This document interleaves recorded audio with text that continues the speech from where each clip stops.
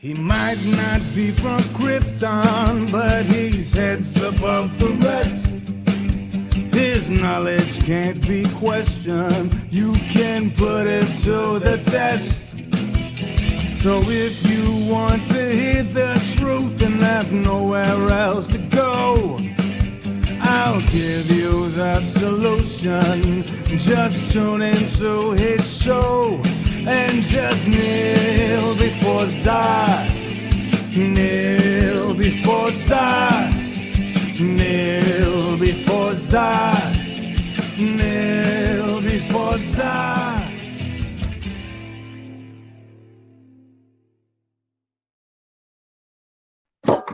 And welcome back to the channel, everybody. It is the most earth-breaking, ground-shaking, but never media show money taking.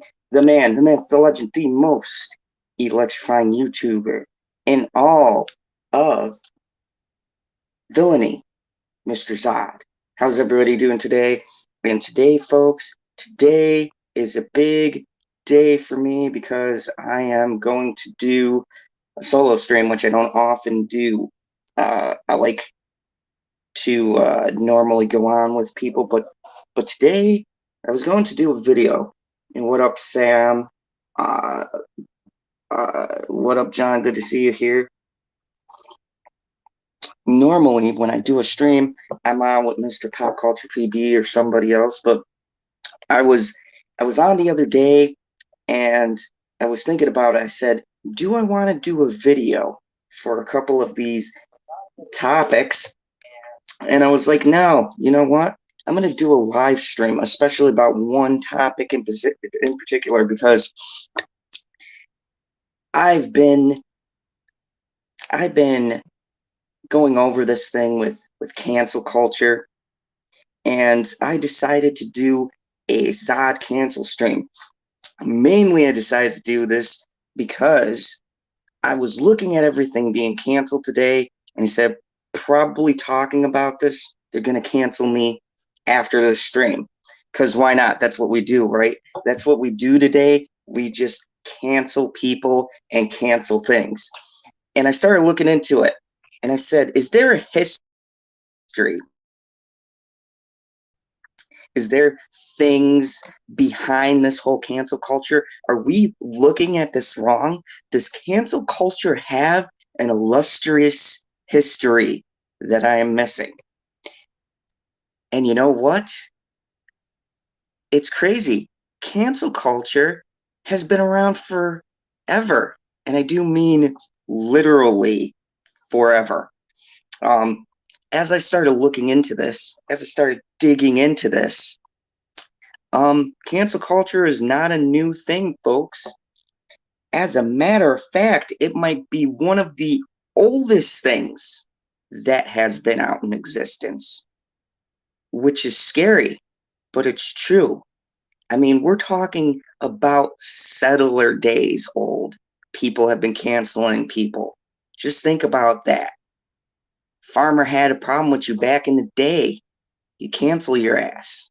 I don't know what that meant back in the 5th century, but so, oh yeah, this cancel culture thing, this canceling people because you don't like what they have to say thing, has been around forever. And I think it's important, isn't it? Back to whenever we've covered Johnny Depp or an actor or actress, it goes back to this new thing that's been coming out. But here's the thing, folks, cancel culture is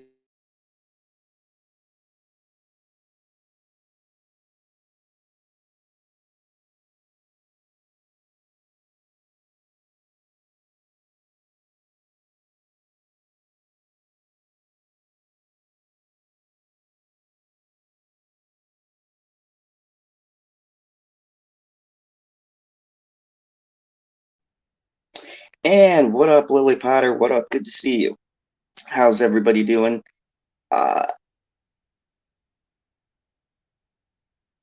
Yeah, I know. I had to clear everything up. Welcome, welcome. Today, we are talking about cancel culture. So what I want to talk about with you guys, I want to talk about the history of cancel culture because make no mistake, there is a whole entire history behind this. No, funny you guys should say that. Um, I did it satirically. I'm saying that probably after this, they're going to want to cancel me. But I want to bring up some new stuff, some new shenanigans. Um, First, I'm going to give you guys the history because I like to be unbiased here. So I'm going to tell you guys the history behind cancel culture and where this all originated from. Because believe it or not, this is not this is not a new thing. This is not a new trend. This has been around since puritanical days. So I brought up an article from the New York Times, and it's very interestingly worded.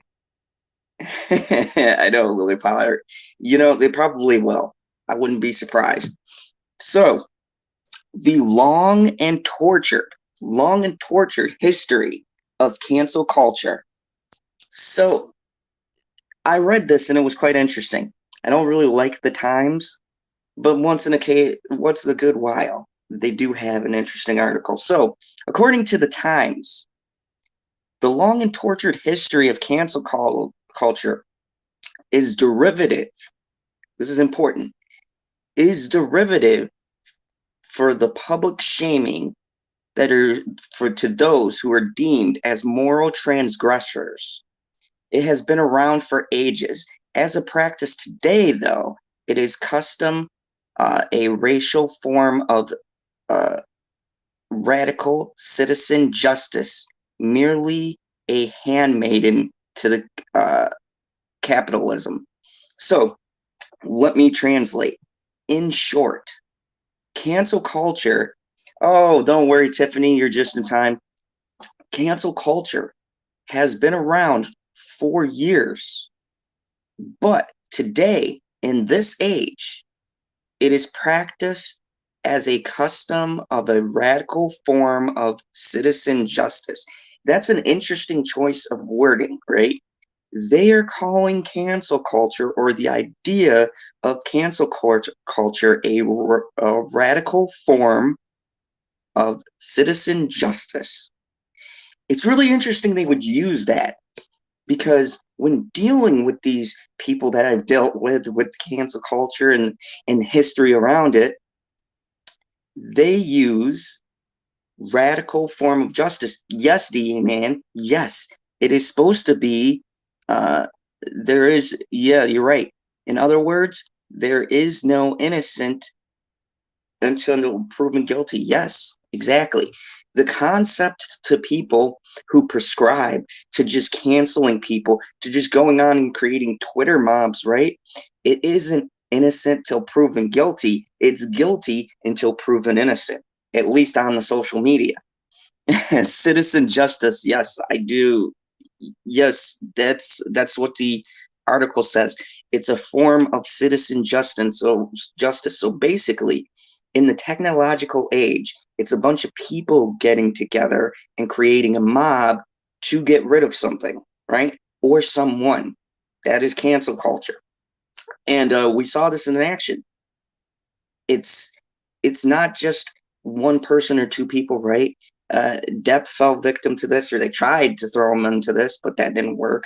They had Pitt, Pratt, tons of people you can go on about that have been swept up into this, and now companies are so scared.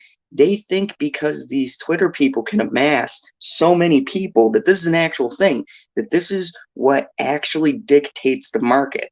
And I wanted to talk about this because it's important.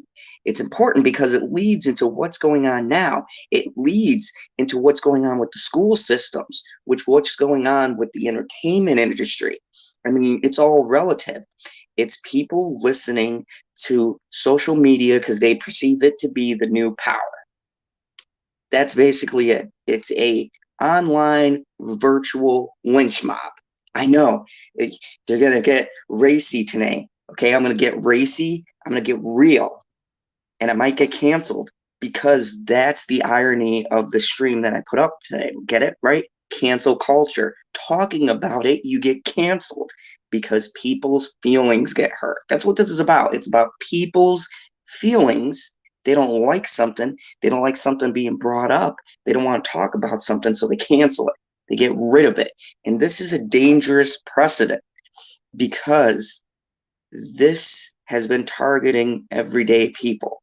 Okay.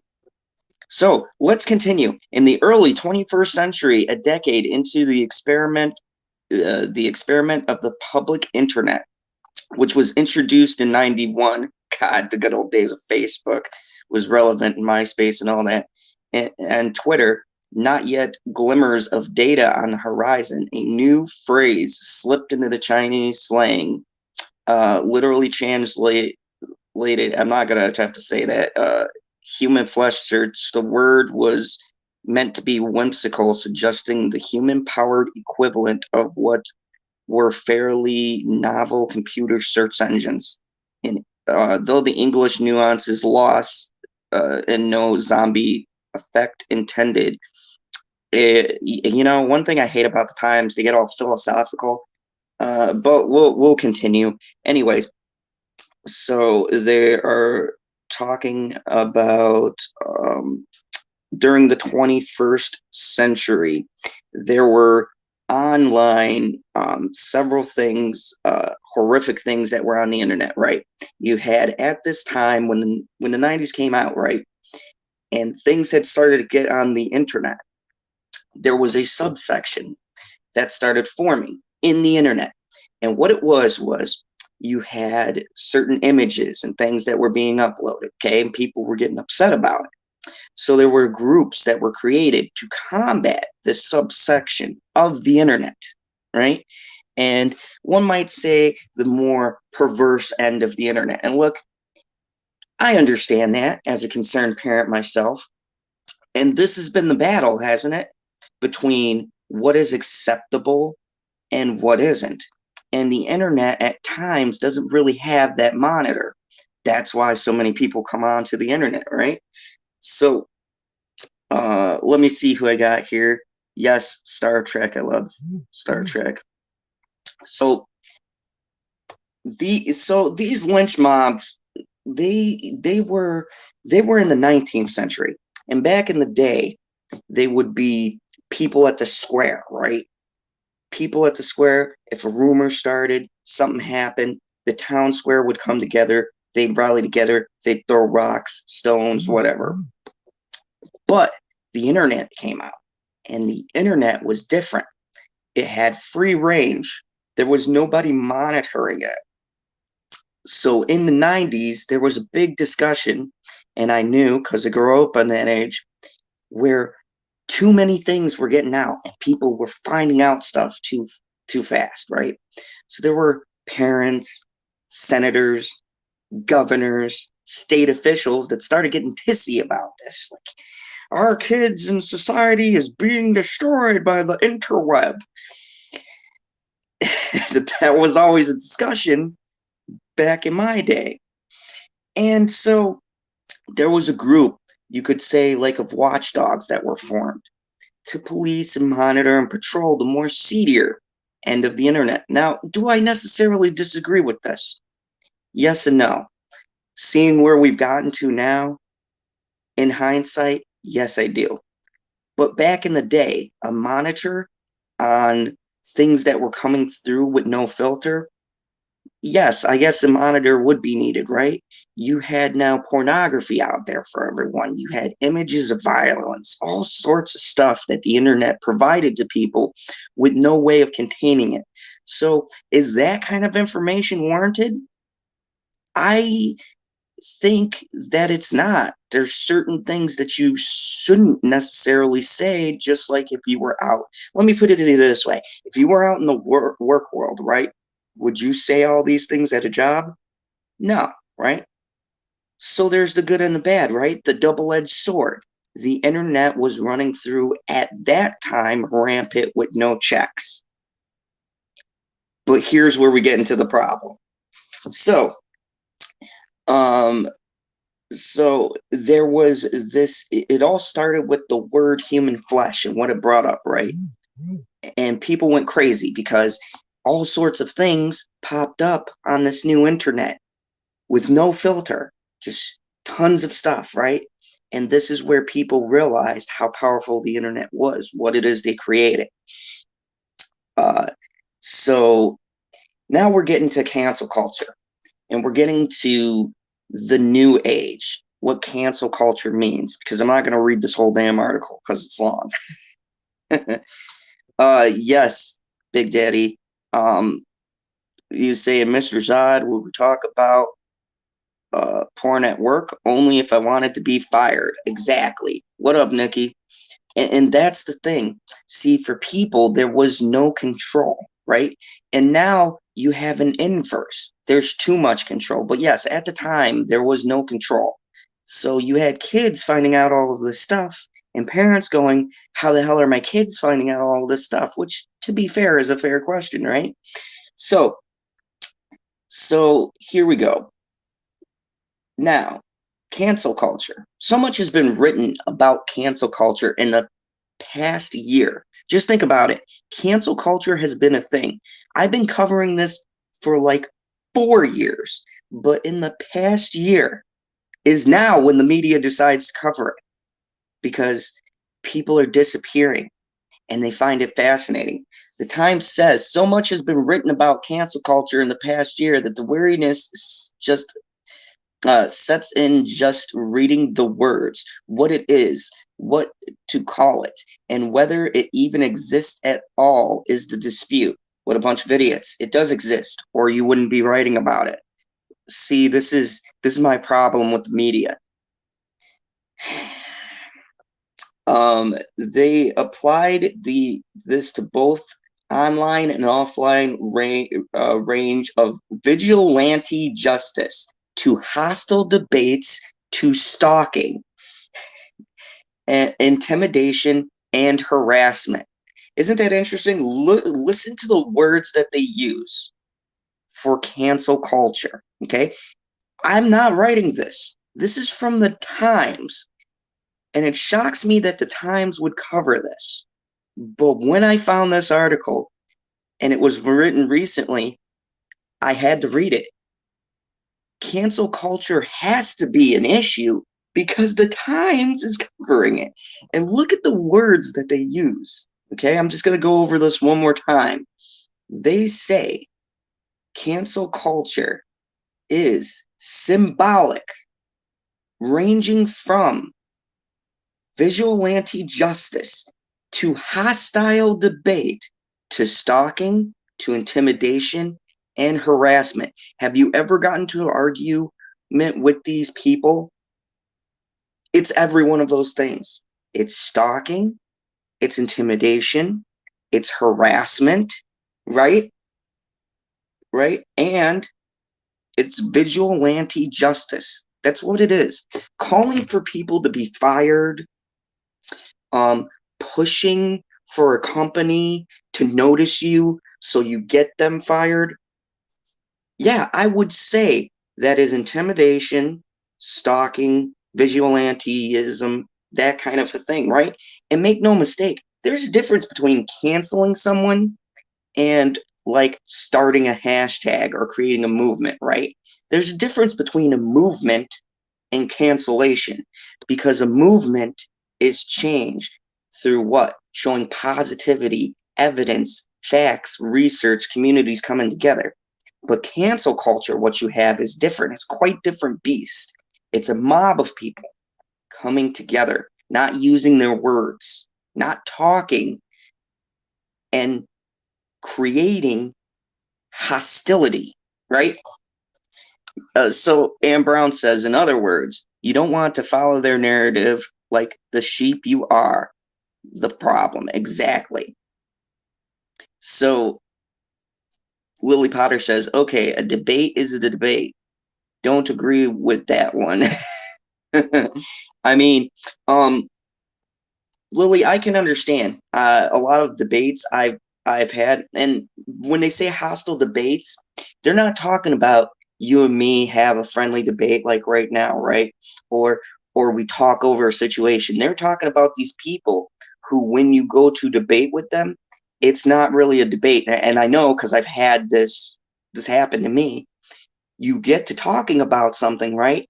They curse, they yell, and then they block you. That's the kind of debate we're talking about. Right? It's not a debate, it's not a discussion. It's I'm right and you're wrong. If you don't agree, I don't want to talk to you about why you don't agree with it. I want to scream, yell, argue, and then I'm done. That's the kind of debates that they're talking about. So, yeah, very interesting. And then they get into a thing about the right and all that. I'm not reading that. I don't get into the politics of it. But they talk about back in the day that they would use it's kind of the equivalent of when they used in puritanical society the caste system and things like that. When people were accused in puritanical society of things, they bring up the Salem witch trials and people being called witches, right? Like maybe you didn't give your neighbor a goat back or something like that. I don't know how it worked. I'm equating this to the lawnmower theory, right? You let your lawnmower you let your neighbor borrow the lawnmower. Well, I'm sure in those days it was, you borrowed a goat or something. I don't know how it worked, but they had people being called out for something they weren't, right? Only back in that time, you were burned at the stake. Well, now, the new burning of the stake, the new burning someone at the stake is these canceling people. Okay? Hashtag cancel this one. Hashtag cancel that one. Hashtag cancel this and that and everybody else. Okay? Oh, and by the way, I just got exciting news while I was talking to you guys. I've been accepted as a partner, so I guess I'm officially been accepted to be monetized. So yay, that just happened whilst I was on. Isn't that hilarious? Um, but anyways, so it's the new Salem trial, folks. Why I'm bringing this up is because this is dangerous. This is a dangerous concept because this is the new way people are witch hunting people. This is the new way YouTubers, actors, actresses, even you who are on Twitter are being hunted down. It's a mob mentality. It's destroying the art of debate and discussion for a simple contest of I'm right and you're wrong. That's all it is. It is not talking like we're talking now. And this is why I bring this up, because it's dangerous. It's dangerous when people don't want to talk to people. And let's see. Thank you, Tiffany. I am excited about it. Nikki here says a debate is a give or take of different ideas, etc. Not screaming match. Yep, I 100% agree. I 100% agree. And this is the thing. We talked about this on another stream. God, I've been across a couple of streams, and I don't know whose it was, but we were talking about kids and back in the day. I think it was last night. I want to say it was last night's stream on JFD's stream. It could have been there, but we were talking about kids, right? And how nowadays kids, when they get angry or they get upset, they don't want to do things like go outside and things like that, right? And it's the same way with debating. The parents are teaching kids the art of debating. They're not teaching them what a good, healthy debate is, okay? The media is. And what's the media's definition of a debate, folks? It's you're wrong, I'm right. So when you have media creating this, and make no mistake, Hollywood and the media has created this to begin with. They created these people canceling people. They started the whole thing when they started the ball rolling on not listening to us by calling us names. They gave way to this subsection, this group thinking of people who think the inverse. Like, if you're not right, then we've got to cancel you. And Carrie Lewis, what up? Just joined. Oh, thank you. And I'm glad you like the t-shirt. I mean, I love, yes, I love this. Actually, the girl got this for me, yes. Or I'm sorry, the girlfriend. If I call her the girl, she gets upset. Bitch, she got this for me and she also got me a magnet as well. So, great stuff, great stuff. So we have, let me talk to you what spurred this conversation, okay? Yes, I agree, Lily Potter. Media shouting and debating. I 100% agree. And this is something I don't like. Doxing. I hate doxing. I've talked about this numerous times. I've talked about this numerous times on my channel. John, I hate doxing. It's one of the things, it brings it to a personal level. And this is the whole debate, isn't it? It's not talking person to person anymore. It's not someone coming on my stream. Look, PB debates with me every Friday. That's what we do, right? That's our back and forth. Now, I could get sad and hurt and go, PB, why would you say that about me? Why would you hurt my feelings? Okay, but if I'm wrong, I'm wrong. I don't prescribe to this I'm completely right, you're completely wrong nonsense. It's just not how healthy conversation works, right? TJ says, if it was not for differences of opinion, we would still be living in caves. I 100% agree with you. That is what makes us different from other animals, right? The self-awareness, the ability to think on our own. And what brought this up was another Times article, which is what prompted them to write about cancel culture. Okay, so what ridiculous thing happened? Six Dr. Seuss books will no longer be published due to insensitive images.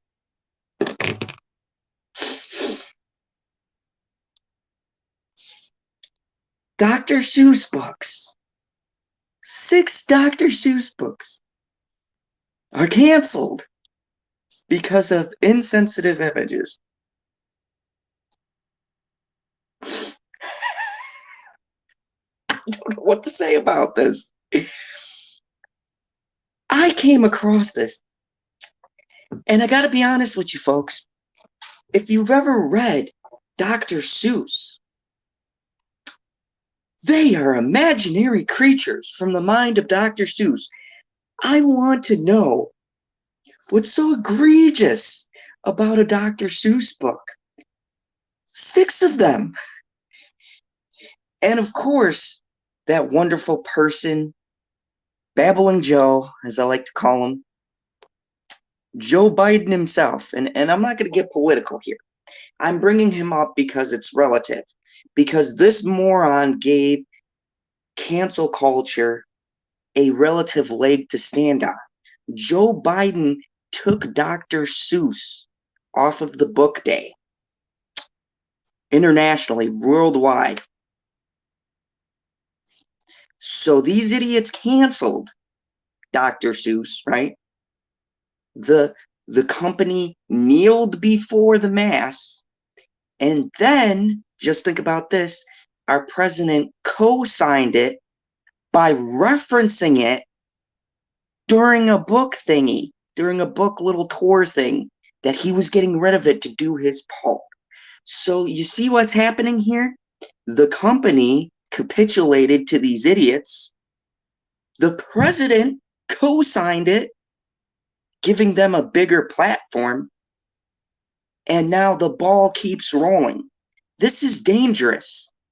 Anybody, and I know, because whenever you reference this, you get the racist thing. But bear with me. I'm going to pose this as a question so Zod doesn't get canceled. Maybe I will, who knows, because people are idiots and they don't get that anymore. But does anyone remember a particular period in history, maybe a particular place that was getting rid of literature, of a culture that was being prosecuted? Anybody remember that?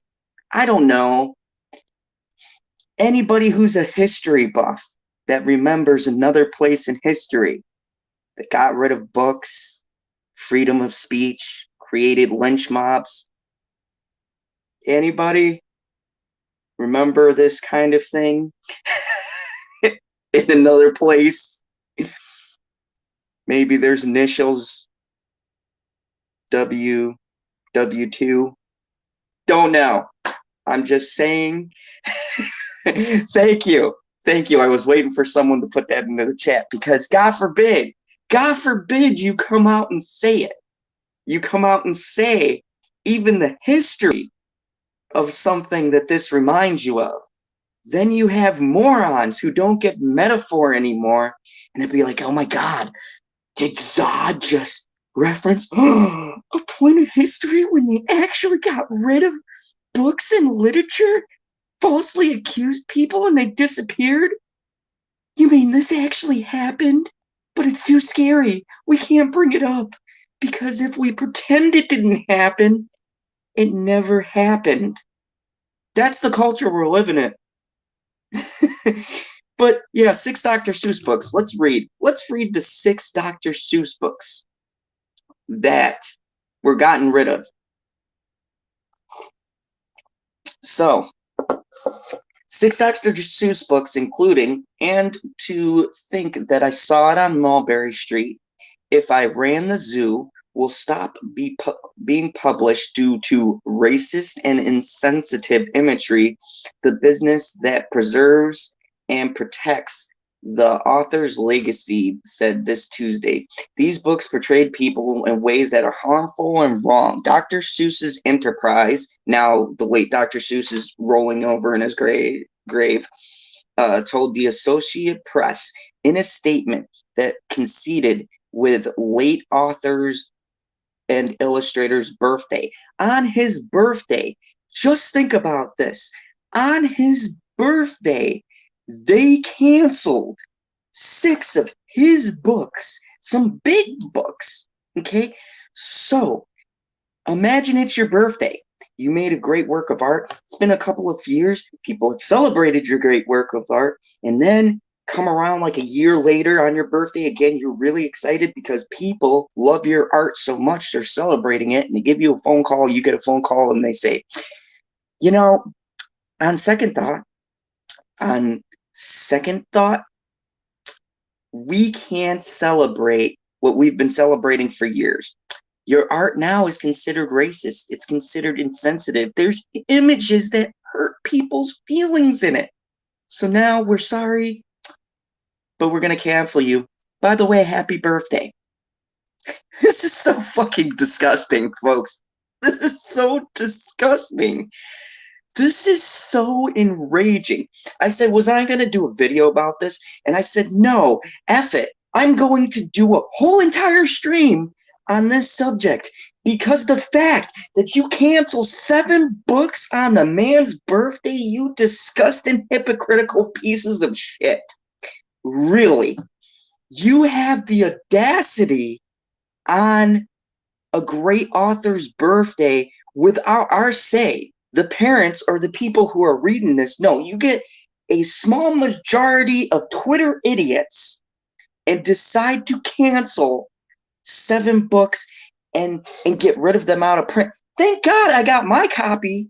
I got my Mulberry Street and my copy of Dr. Seuss, or my daughter would never know about these books again. Just think about that. There are 7 books now that are going to be erased out of existence because a small subsection of morons on Twitter deemed it so. Just think about how scary that is. And let that sink in. Because, wow, we're going down the rabbit hole, folks. So these books supposedly portray people in harmful ways. Dr. Seuss Enterprises told them, ceasing the sale of these books is only a part of our commitment and a broader plan to ensure Dr. Seuss Enterprise catalog represents and supports communities and families. The other books affected by this is McGilliott's Pool, The Cat's Quizzer, Scrambled Egg Super, On Beyond Zebra, and there was another one too. No, I can't remember what the other one was. The Mulberry Street was the big one. So here's where they explain. Here's where they explain the egregious offenses that the books have. Are you guys ready? It's some offensive stuff. There's some stuff here that'll hurt so many feelings that if you're a sensitive person right now, just click off because you're going to cry. The insides of your soul are going to be hurt from some of this offensive shit that I saw that they're claiming is their reason for canceling literature. If I Ran a Sue includes a drawing of two barefoot African men wearing what appears to be grass skirts with their hairs tied above their head. Oh my goodness. Africans actually portrayed with their traditional garb, okay, in the context of that scene, studying animals around the world, right? Because it's If I Ran a Sue. Oh my goodness. What? That's so insensitive.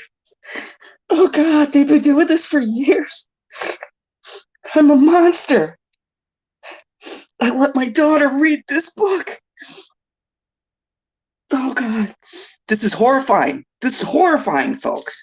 I can't believe all these years we've allowed this to go on. Dr. Seuss, that monster, he dared to show other cultures. What an atrocious human being. God, this just gets worse as I read. The works remain popular, earning an estimate $33 million before taxes up to 2020, $9.5 million. 5 years ago, the company said. Forbes listed Seuss as number 2 on the highest paid dead celebrities of 2020, behind only Michael Jackson. As adored by millions, Dr. Seuss is adored by millions around the world for positive values in many of his works, including environmentalism and tolerance. What a terrible man.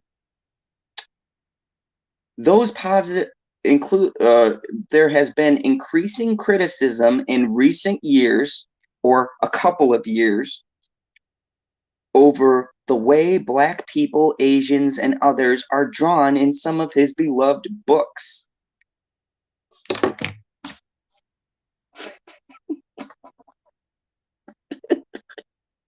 This is some bullshit, folks.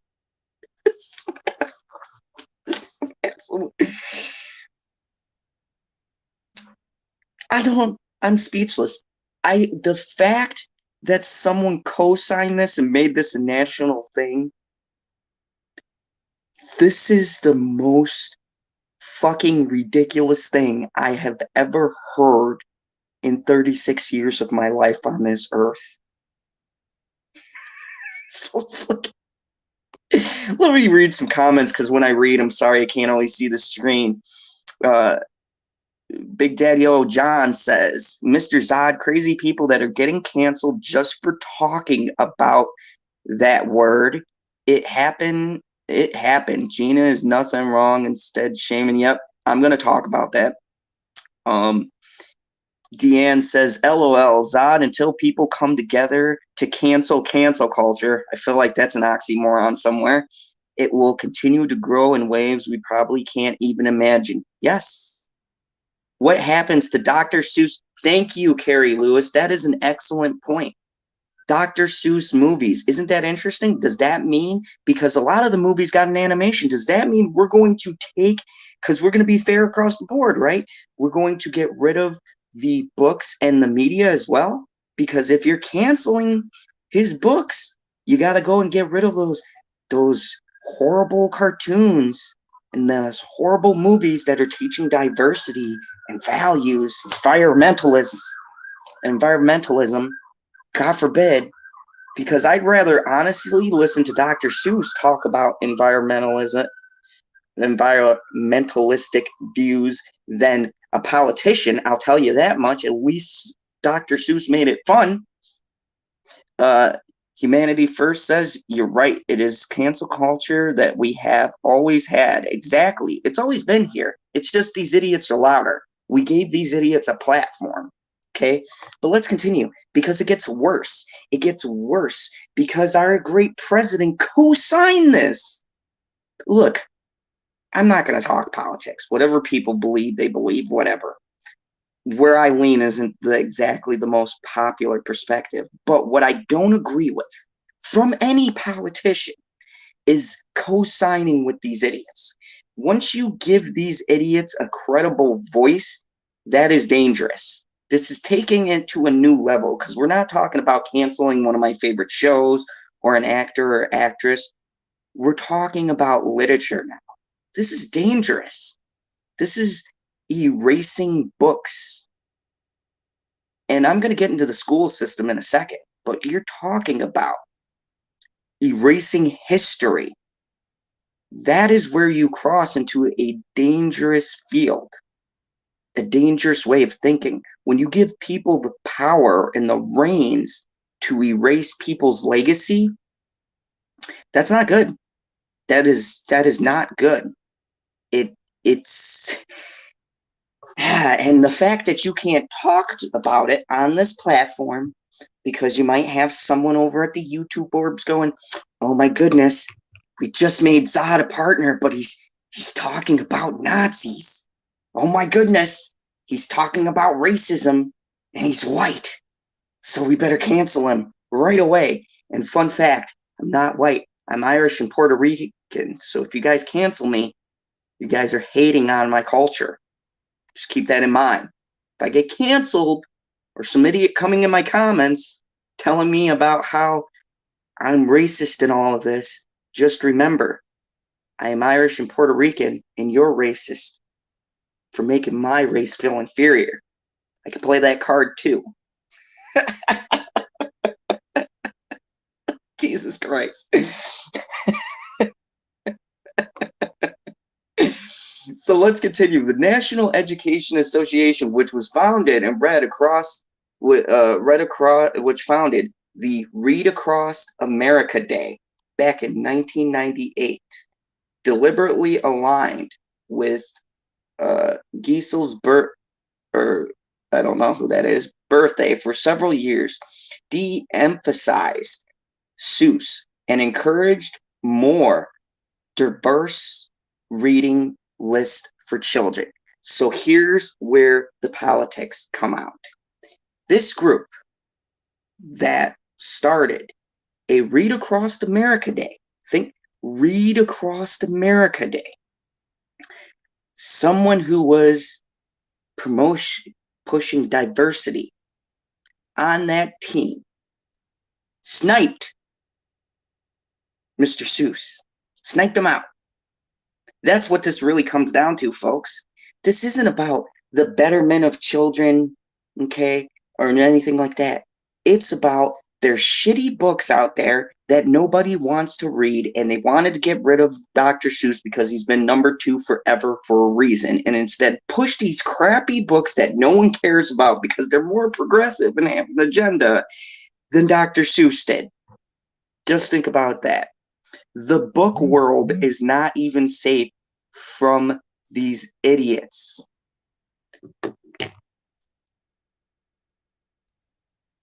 I don't even know where to begin how a person can be on the board of the Reading Across America where reading and literature should be your top priority.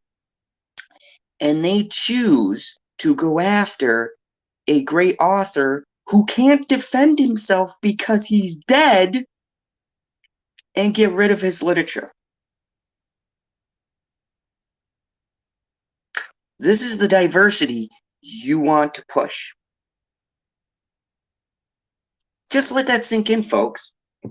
That is nuts.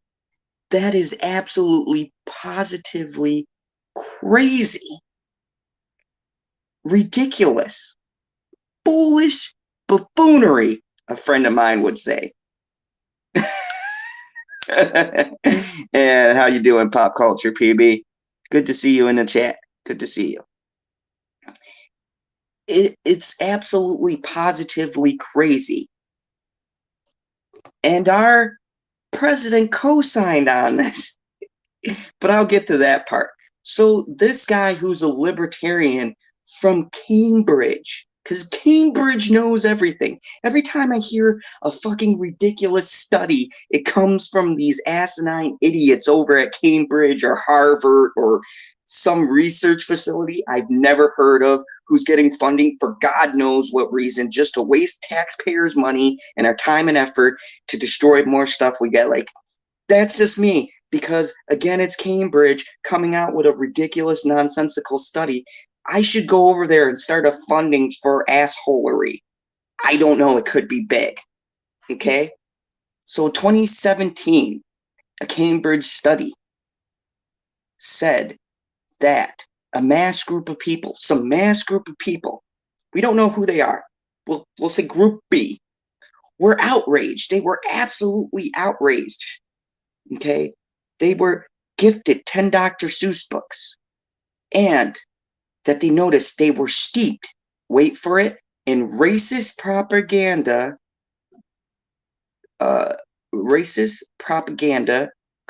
and their caricatures were harmful stereotypes of their culture.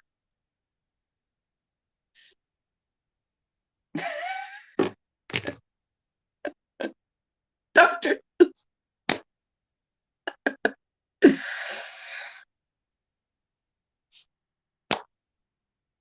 So they found a group who was easily offended to go and to go along with the study, a particular group of people.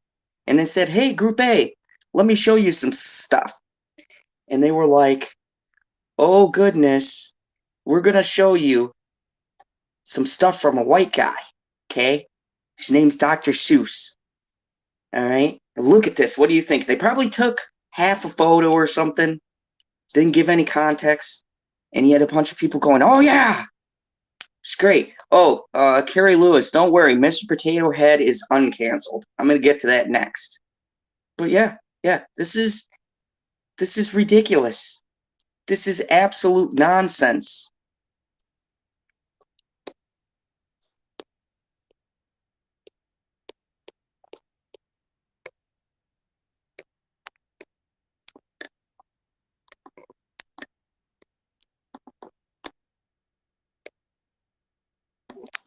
Because I cannot believe that they actually co-signed onto this. And my face is frozen. Damn it, I hate when this happens. Okay. All right, whenever I go on to Twitter, see, this is the evil of Twitter. Whenever I go on to Twitter, this always happens. I hate this. Let me see if I do this.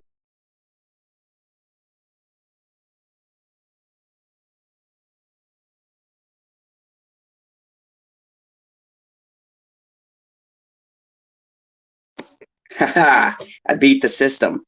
All right, so here we go. This is what happens when you phase in and phase out. See, I phased in and I phased out. Man, yeah, I disappeared to the Phantom Zone. I came back. Okay, so they showed a controlled group with no context. Yes, I kicked myself off. Whenever the camera gets janky, I just kick myself off, come back in, and it's fine. Anyways, they had a particular control group, and they said, hey, control group A, how do you feel about this? But here's the things they don't tell you, folks. They had no control group B. It was one group. And I want to know something, Cambridge. How do you conduct an experiment? Look, I'm not a scientist, okay? I'm not a scientist, but I assumed that when you're conducting an experiment, that you would want to have a group A and a group B. If you only have group A and no group B as your counterbalance, then of course your group A, you can get to say whatever the hell you want because there's no counterbalance. And this is how we're at cancel Dr. Seuss. So let's continue because this was going back to 2019. Oh, hey, what's up, Polish guy? Good to see you here. Good to see you. Says lock those stupid people in the fandom zone, or maybe they don't deserve that honor. No, don't put them in the fandom zone. No, I don't even have enough room for all these cancel culture idiots. Thank you, Nikki. What about that open-minded people that have common sense to think for themselves? I agree. And that's the problem, isn't it? Nobody wants to think for themselves. So one of the most popular books, The Cat in the Hat, received criticism too, but will continue to be published. Dr. Seuss Enterprise, however, says that they're committed to listening and learning and will review our entire portfolio. The move to cease publications of 6 books drew immediate reaction from social media, who called it another example of cancel culture. It is, because did you guys want Dr. Seuss canceled? Did you want Dr. Seuss canceled? PB doesn't give a shit about reading a book, but I'm pretty sure he didn't want Dr. Seuss canceled. Tammy didn't want Dr. Seuss canceled. Okay? Nobody who thinks rationally woke up one morning and said, you know, that racist SOB, Dr. Seuss, how dare he have a black cat in a hat who rhymes? I'm offended. Let's cancel his catalog. Nobody said that. Nobody said that book, I Ran a Zoo, was so egregiously offended that we have to get rid of it. Nobody was sitting thinking, normal people. I don't wake up with my morning cup of coffee and go, you know what? I was on social media the other day and I saw something scary. I was reading Dr. Seuss and they had the African culture portrayed in such a way that I felt they were being discriminated against. I've got to get together with all of my hurt soy latte drinking folks and cancel Dr. Seuss. We need to stop this. No one's thinking this. No one wakes up and thinks that they have to cancel someone. Rational people. I'll tell you something, folks. I work later today, okay, which is why I'm doing an early stream. I work later today. I'm not waking up thinking about who's going to get canceled next. I'm answering this ridiculous son of a bitch pop culture PB. Yes, that was Soy Cole. I got to bring Soy Cole back. He used to be the impression that I did of all these woke people. But anyways, I wasn't sitting here thinking about that. I was answering Mr. Pop Culture PB, which if you check your Twitter, there might be something in there for you if you're not too tired. I know how sensitive you are about your feelings, but I wasn't sitting there going, you know what? I got my keys, I got my wallet, I got my social media equipped to cancel this person. Good, got to go see Joe. I don't do that. But yet this young group of idiots and some older, left-leaning, really progressive, crazy people are out there stoking the fire of this because only these idiots sit back and think about canceling a person. I don't give a shit. I do care when they cancel someone and it pertains to something that I like. And this is dangerous because it pertains to reading in schools and history and literature. This is so dangerous, these morons don't even realize it.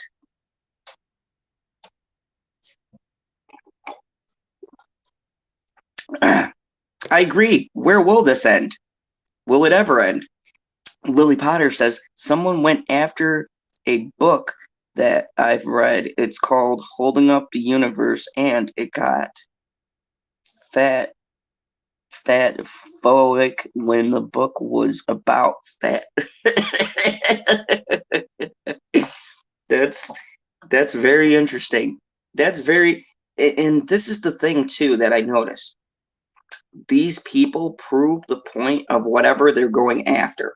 So if they're attacking a book that supposedly is racist, 9 out of 10 times it's not racist. If they're attacking someone who's supposedly racist, 9 out of times they're not racist. They're making a metaphor and they're idiots and they don't understand a metaphor. Some of these people aren't even out of high school. Facts. I was listening to a stream the other day. I believe it was Snowdub was talking about it, and he was talking about, and Clownfish TV also. They were talking about it too. Getting into fights with people on Twitter, and they're not even out of high school, and they'll call you uneducated.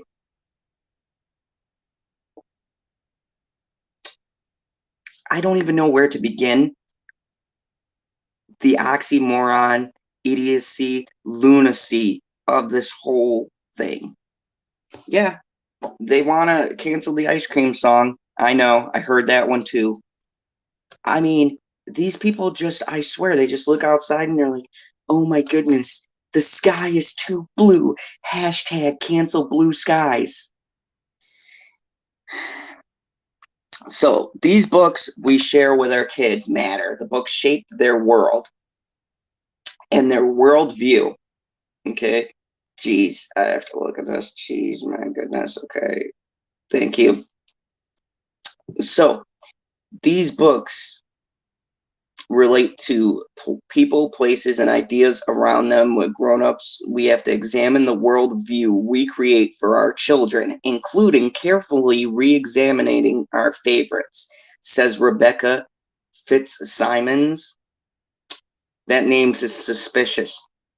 Never mind, I'm not going to be one of those cancel people. But Rebecca, who is a researcher at the Carnegie Mellon University, tweeted, numerous other popular children's series have been criticized in recent years for alleged, and this is the key word, alleged racism. In 2007 book, Should We Burn Babar, the author and educator Herbert R. Cole contended that the book that the Babar the Elephant books were celebrations of colonialism. Okay, that's this idiot, right? First off, he names a book, Should We Burn Babar? No, you freaking clown, we shouldn't. What the hell are you talking about? I'm sorry that your feelings got hurt by a strong and powerful elephant, okay? But hashtag elephant lives matter, bro. Oh, should we burn Babar? This guy used the word Should We Burn Babar as the name of his book about how dangerous and colonialistic Babar the Elephant, the children's cartoon, is.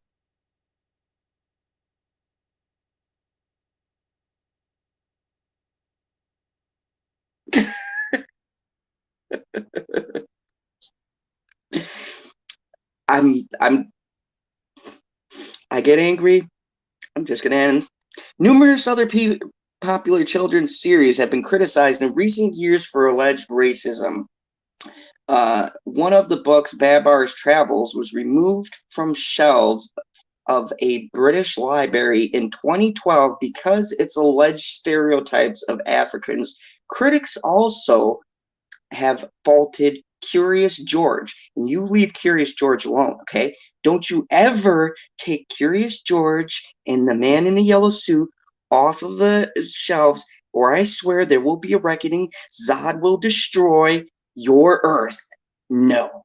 Leave Curious George out of this. My goodness. Curious George. Curious George isn't even safe. I love that Jack Johnson song for the movie, the Curious George movie. That's like, okay, never mind. That's a sidebar. So, one of the books, Babar's Travels, okay, and Curious George books that their premise for a white man bringing home a monkey from Africa. Newsflash. Justin Bieber did too. So what? I thought it was hilarious. And Laura Weller's portrayal of Native Americans in her Little House on the Prairie novels have been faulted. So Little House on the Prairie isn't safe too. So folks, here are the books they want to get rid of. They want to get rid of Dr. Seuss, Little House on the Prairie, Babar. They want to destroy these. And you want to know why? Because now we've got more progressive books. We've got more progressive books they want to put out there. But they can't because actual good books populate the space of the shelves. So what do? They've got to snipe out old literature. They've got to get rid of American classics to make way. And look, I know some American classics have racist undertones in them. That was a part of history. Okay, Tom Sawyer has been attacked so many times for its political incorrectness. But you know what? That was part of the story itself. Let me go to the comments because it's been a bit. This article is just upsetting me. Let me see what we have here. No, don't cancel Zod. That's the whole point of this hashtag cancel Zod stream. Okay. This is the anti-cancel culture stream. Zod, I will also kill them with you. The monkey will always be safe. I agree. I 100% agree. Lily Potter. That's my whole thing while reading this today. That's what I've been saying this whole. Jeez. Don't forget they have done this to Muppets. Yep, and Sesame Street. Same thing. Yeah, it's absolutely positively amazing. Little House on the Prairie. I mean, I brought this up because this isn't just Dr. Seuss. This article covers a wide variety. This isn't the first literary work they're going after. And at this point, it's not going to be the last. It's a scary, dangerous road. Books. What did they do with books when they didn't like them back in the day? They burnt books, right? We're getting to a point where we're doing virtual book burning is what this is. And you can get pissy and you can get mad and people can get in their feelings when they hear this and go, oh my God, he used book burning. But that's what you're doing. You're doing an online lynch mob that's burning books virtually in an effort to try to get rid of something you don't like. That's what it is. It's the virtual equivalent of book burning. Yes, I agree. It's a very snowflake mentality we've got going on. So the end of the article reads, Lauren Ingalls portrays Native Americans in her Little House on the Prairie novels have been faulted often on the American Librarian Association and removed her name in 2018 from Lifetime Achievement Award giving out each year. So Just think about that. The author who created one of the best series, a female, by the way, they removed from a award that I already thought wasn't worth a damn to begin with. But they removed her from the Lifetime Achievement Award because of how she portrayed Native Americans in books. Although from what I've read, I didn't see anything offensive. And look, here's the thing about speaking for cultures, okay, all of you people who want to come out and champion different cultures, let me give you some advice. How about you ask the race you're supposedly representing how they feel? Because how I understand it, a lot of people from a lot of different races don't co-sign to your ridiculous white guilt that you have and decide to go on this mass spree of defending these people and their rights. I haven't heard a lot of people from the African American community coming forward and going, yeah, you know, that racist son of a bitch, Dr. Seuss, I've been meaning to get rid of him forever. I'm sorry. People of color, if you go back through, because I want to be politically correct, right? I want to be politically correct. We got to be politically correct.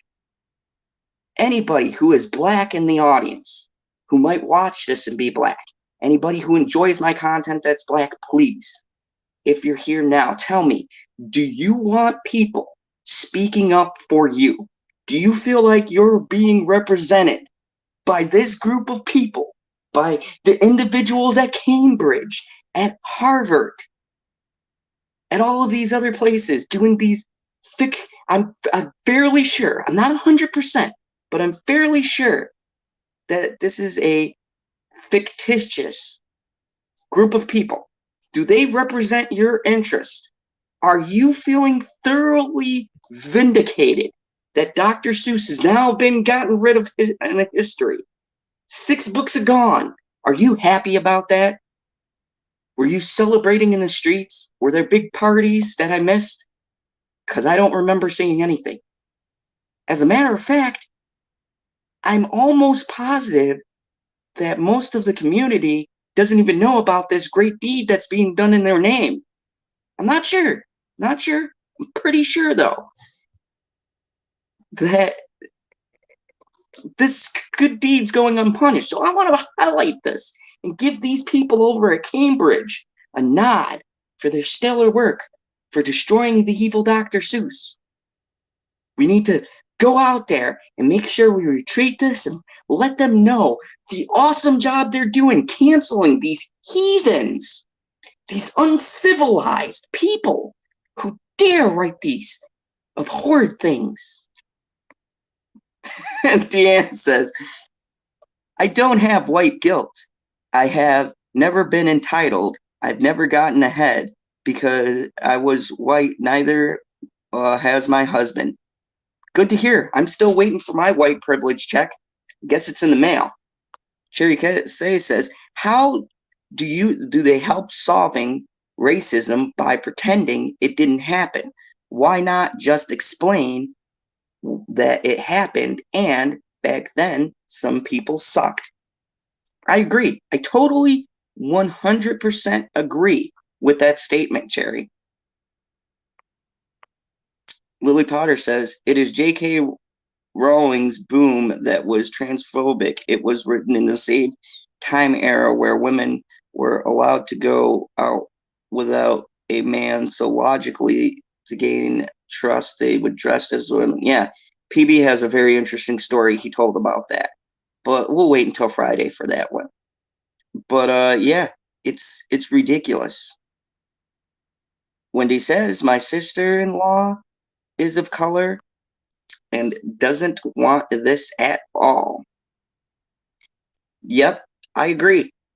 I agree, Tina. They tried the same thing with Johnny Depp's cologne. Tried the same exact thing because of the name. And it's not even pronounced Savage. That was the most ridiculous part about the whole thing. And I know, as someone who often doesn't pronunciate my words right. I can tell you, folks, you pronounced it wrong. Check your mail. Where's my cut, villain? Fuck. I have a story. Yes, you do. Yes, you do. I don't know what you mean. Check in the mail. Oh. Yes, Mr. Pop Culture PB. I know now that we're getting ready to be all big and monetized. If you guys thought Pop Culture PB worked for free, he doesn't. He is quite literally my co-host, and as such, he's waiting for those royalty checks. A villain's gonna be broke based on the back pay I owe Mr. Pop Culture PB. Oh, Mr. Pop Culture PB, there is something in your DMs if you want to hop on, because I feel like you would have a lot to say to 41 people about this ridiculousness. I sent you a link if you wanted to pop in here and just come on a little bit. I know it's early in the morning though, so I don't know how you feel about that, but if you had anything to say, you can pop on and let me know about what you think about Mr. Seuss being canceled. Mr. Dr. Seuss getting the old axe because people's feelings are hurt. People don't like those feelings. Thank you. Thank you.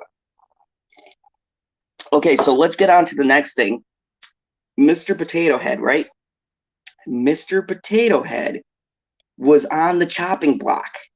They were mad because, and here's the most ridiculous article, the most ridiculous article ever, because they said they wanted a trans Mr. Potato Head. Here's a solution to your problem. If you want a transgender Mr. Potato Head, oh, thank you.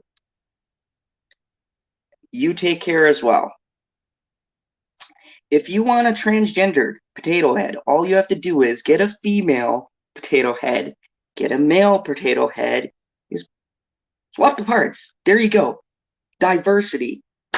Bam, right there. Coffee, what's up? Good to see you. And hi, everybody who joined. Nice to see you. I got 41 people watching. We're just chilling. This is the Cancel Zod stream because we're talking about cancel culture, right? And by merely bringing this up, there's probably going to be a couple of idiots I'll get commenting every now and again, or someone on Twitter who beefies will get hurt because they'll be like, but we should have gotten rid of Dr. Seuss. We should have gotten rid of Babar. We should have gotten rid of Little House on the Prairie because my feelings are hurt because Native Americans are persecuted. Look, I know Native Americans, okay? They're doing all right. They got casinos. Trust me, they got us back. They're making money. They're A-okay, all right? They're not angry anymore. They're doing all right in society. You know who's destroying society? We are, being ignorant. Mr. Saad is so canceled, unsubscribed. Yep, that's the way our culture is. If they don't like your opinion, if they don't like your view, bam, you're gone. I mean, there's been so many times where people have had videos pulled down, historical content pulled down, just because of bringing up Germany, World War II, and all of that. Because they brought it up, they pulled the video. There was a historical YouTube site that got pulled because of it. I remember reading it on BitChute. What a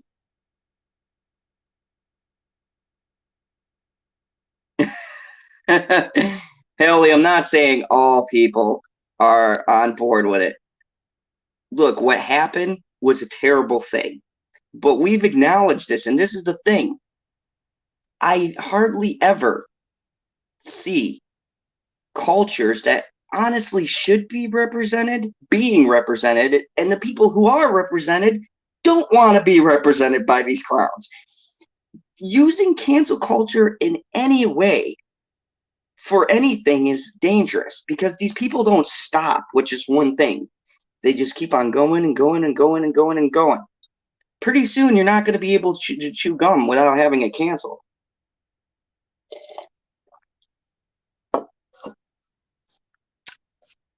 Exactly. I agree. Absolutely. Gresma Life says, oh my gosh, that is awful. Oh, no, that was for Tiffany. My bad. Mr. Potato Head, no more. It's been a toy since 1949. It was kind of amusing when a company called Hasbro, surely company's name isn't gender neutral. Exactly. Yeah, Helly, I know where you're coming from. Trust me. But here's the thing. These people don't care about the representation aspect. They care about icons being pissed. Oh, that's not a pissed icon. That's a winking icon. Sorry. Am I supposed to be pissed off that people don't know what a transgender potato is? No, Every potato is transgender because potatoes ain't got a gender. It's just a potato. Yeah. What the fuck? No. Apparently, the potato has to be transgender. It just can't be a regular potato. Can't be a regular potato. We can't have a normal spud because God forbid, we have a normal spud. Sod's midday show. Spud? A normal spud. Not a transgendered spud, not a gay spud, not a straight spud, just normal spud. And guess what? It doesn't have potatoes don't have sex. So therefore, by that very virtue, they Sorry, can't. My peanut gallery's yelling. But here's a good thing. Here's a good thing on that front. Because Hasbro just said that they will keep the Mr. after the outcry of gender inclusiveness. It's time. Oh God. Okay, I'm not gonna read this because they're getting into the politics of it. Although, you know what? Screw it. I'm gonna read it because this is the cancel stream, so I could get canceled at any moment. So keeping in that, we're gonna say it's time the Republican state succeeded. Media analyst Mark Dice wrote on Twitter for his more than 600,000 followers, which included a post about news. Conservative political commentary, Ben Shapiro. I like Ben Shapiro. Also sarcastically tweeted about the story, while radio host Eric Erickson fully added further mockery, which raised the ire. Mr. Potato Head, or rather the possibility of the toys manufacturing company at Hasbro dropping Mr. from the title for a more gender-inclusive image. Anyone worried about him losing the distinction can now rest easy, knowing technicality won't be included. Today, perhaps, is in an attempt to stem criticism that also included Fox News' Sean Hannity running a segment under the headline, Mr. Potato Head canceled. Cancel a potato. Cancel a potato. Cancel spuds. No more spuds for you. Mr. Potato Head would now be sold under a more neutral moniker of Potato Head. Just...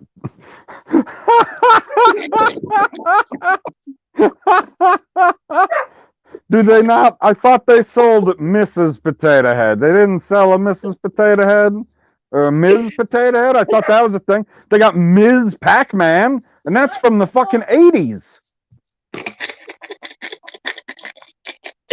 We'll see you later, Wendy.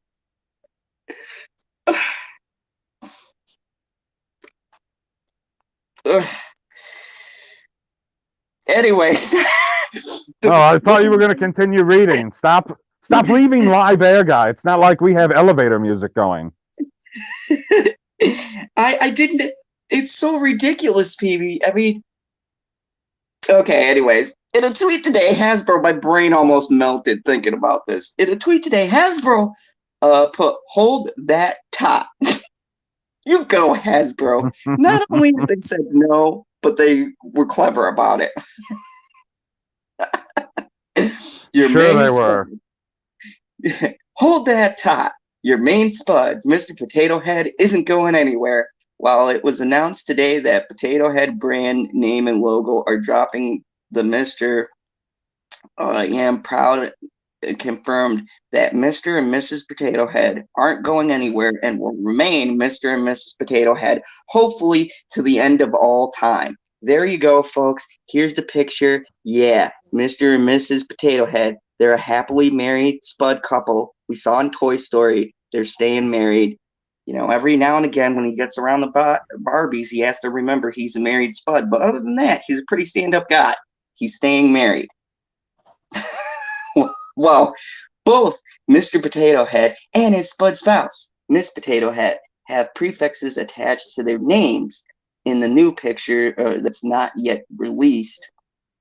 The boxes of toys included the tweets of less prominent displayed. These names are now appear at the bottom of the package in smaller font and on the more colorful Mr. Potato Head. So basically, they half didn't give in, right? They were like, screw you, we're not taking it off, but we'll put it down at the bottom in an itty bitty name. So, I mean, yeah, we're not advertising it, but we're advertising it, so we're dialing it back until we dial it away. Because the stupid people aren't gonna shut up. Like, they continue to spout nonsense for no reason because, I don't know, they have nothing better to do. And you weren't here for the beginning Thank of God.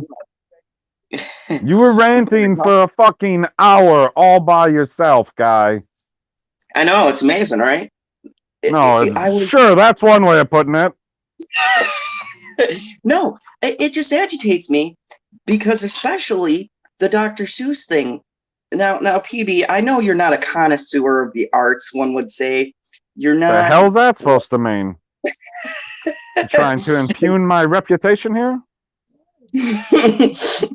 I know that you're not going to be the one to jump on the book club circuits. Or God forbid, no, out of a joke, you should host a book club. In case you guys get the jokes, don't get the joke. Mr. PB, how many Star Wars books have you read or are you going to read? I mean, technically, do you count a comic book as a book? I didn't technically read it, but I did watch Star Wars Theory read it. Does that count? And I rest my case. No, I'm not reading a fucking Star Wars book. Like, Star Wars is meant to be watched, not read. Those people are weird. Okay, now, growing up with Dr. Seuss, right? I remember Dr. Seuss. Do you remember Dr. Seuss? Yes, I remember Dr. Seuss, and I read Dr. Seuss because they're like, you gotta read this because you're in school, and I was like, oh God, why? And what just want to look at pictures, man. And what was your favorite? Okay. Oh, favorite? Probably green eggs and ham. I will not eat them, Sam. I am. I will not eat. I know. Of course you wouldn't. You are definitely him. I don't know. It tells me my favorite lesson, like, you need to just try it. Just try it and then decide if you don't like it. Only when it comes to food, people. Like, there's obviously stupid things that you don't need to try to see if you like them. Like, don't be going out there and doing like self-harm and being like, oh, I wonder if I like this. No, don't do that. don't get a needle and be like, just one time. No, don't do that. Don't do that. Right. Because it's exactly. One time. But okay, so catching up, what do you think of this Dr. Seuss thing? And hello, Husky. He probably fits in a Dr. Seuss story somewhere. What do you think of them canceling a man after he's dead and can't defend himself in our modern age? Like, what is he How what is he supposed to ridiculous. be defending? I still don't understand exactly which part they're the most upset about. Because Um, why do they want to give him the Lorax? Has nobody written that pun yet? You haven't seen that pun written anywhere?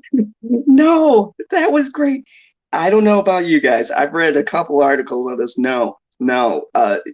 That was brilliant. You know someone's going to clip that, right? We're going to hear that on We Got This Covered or something. Because I know you pricks watch. I know you pricks watch me. One day, my goal is to be quoted right next to Doomcock. Like one day I want them to be like a YouTuber who wears a cowboy hat and goes by the Mr. Zod came out and made outlandish claims. Talking about Dr. Seuss everybody trying to give Dr. Seuss the Lorax. I don't know. So what part are they the most upset about? I'm upset because... No.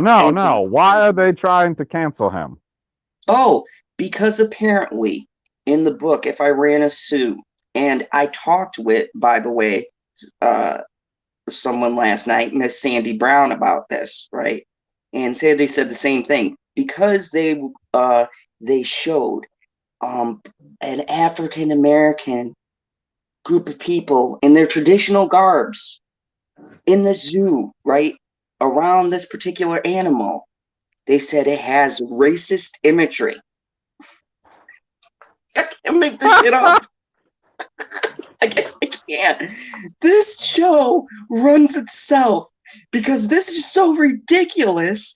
All I have to do is Google search this shit, folks. Racist imagery in Racist a cartoon book imagery. because there was black people in the zoo, like they were part of the exhibit, and it was them from, I'm guessing, tens of thousands of years ago or something. Yes, because the book, because remember, PB, these people don't understand. I can't remember. Metaphors. These people don't understand metaphors. So it's a metaphor. Okay, the book's a metaphor. They're traveling in their mind's eyes to these different places as they're going through the zoo, and they're seeing all the animals and whatnot. They're getting the history behind where the animal comes from. But these ignorant ass, stupid people from Cambridge who think that they're smarter than us because they have a degree that they can't wipe their ass with, it's as good as toilet paper. Okay. But you got to put that degree to use, right? We got to spend federal funding and we got to take taxpayers' money to do a ridiculous study on this shit, along with climate change and all that other nonsense that we're wasting money on. The climate's changing all the time. That's a completely different conversation. Continue. Yeah. So Cambridge held this story, right? Now listen to this. They had one control group, okay? Just one group. That's in an experiment. I'm sorry. I just thought of something. You know where the climate doesn't change at all? Where? The moon. Thank you, Cherry. Thank you. I will take a deep breath. But this angers me because this is a dangerous concept.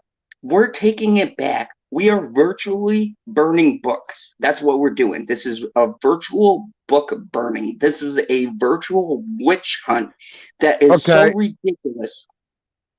Next question now. Now that, this one book has something that is allegedly racist, even though if you show some Neanderthal man who's, I guess white, if you found them in Northern Europe, they're supposed to be white. I don't fucking know. I'm not an expert on that kind of shit.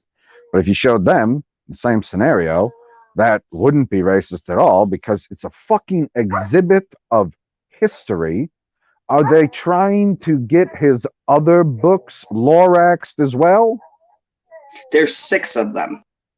And there's 6 books with this fucking picture? No, there's 6 books that they axed along with this one. And they only they already axed them. Yep. They stopped publication. The company capitulated, they bent the knee, and they stopped publication, PB. That's what's dangerous about this whole story. They stopped these books. If you don't got a copy now, guys, if you don't run out and buy those books, they're gone forever. They have Kappa literally... said, a degree means nothing. You can still be a FU stupid. I think it's supposed to be fucking stupid. Yes. Because it's dots. ... Stupid. And fan fiction one, welcome. Thank you for coming to this wacky and crazy midday show. Thank you, Father Zod. He just threw this thumbnail in here because I was like, hey, I'm doing a stream at this time. And I come in, and this was in my background. I'm like, thanks, Father Zod. So man. you just let... I mean, now I got a question now that you've distracted me by talking about the thumbnail. You just let that guy on the channel ramble for an hour all alone? He just does a live stream and talks? He just did a live stream and talked, and I was like, Father Zod, get back in the Phantom basement. Nah, he found the key, PB. Like, he escaped.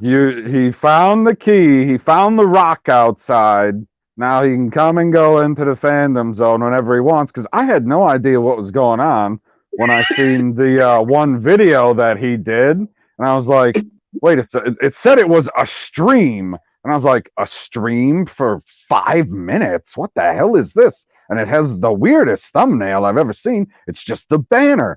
Okay, so I clicked on it, and it was just him talking for 5 minutes, and I was like, what the hell is going on here? And then I seen that other one. What was that, 2 days ago? Yeah.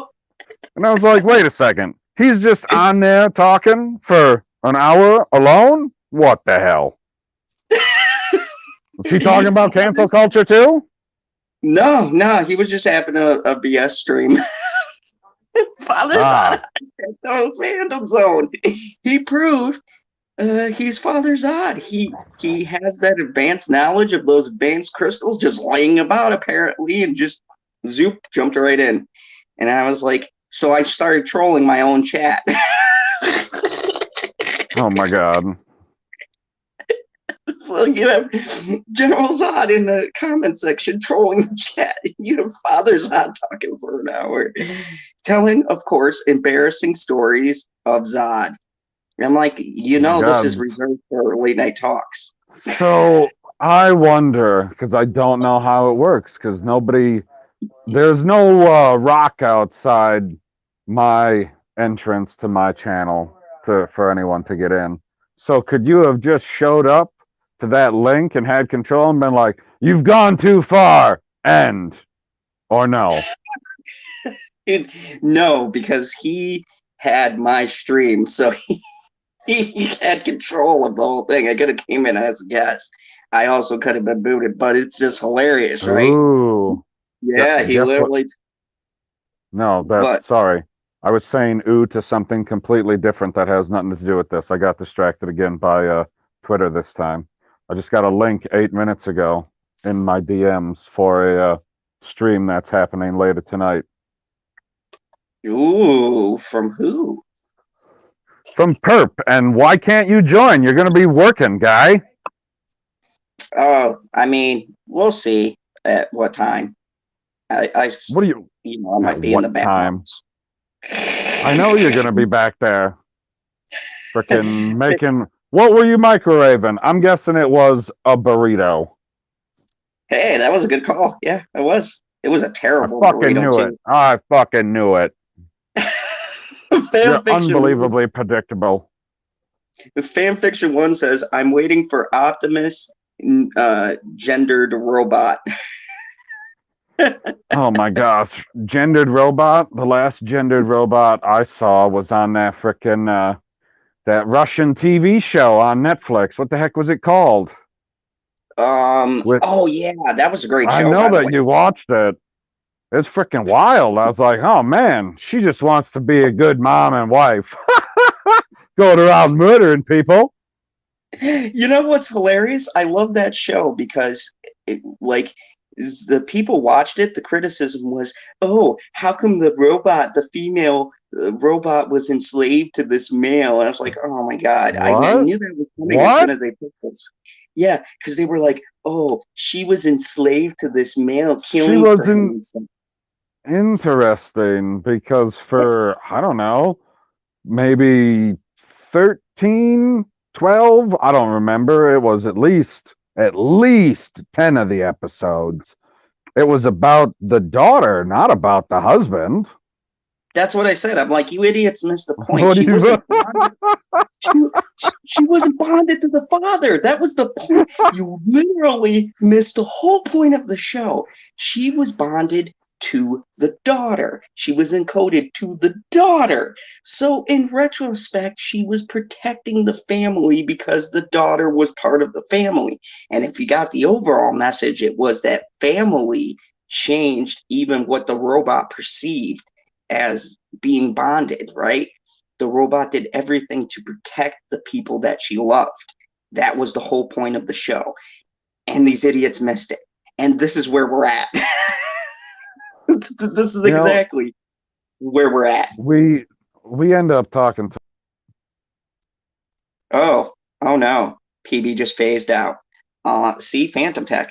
But anyways, it's it's astonishing because the name of the show on Netflix, what was it called?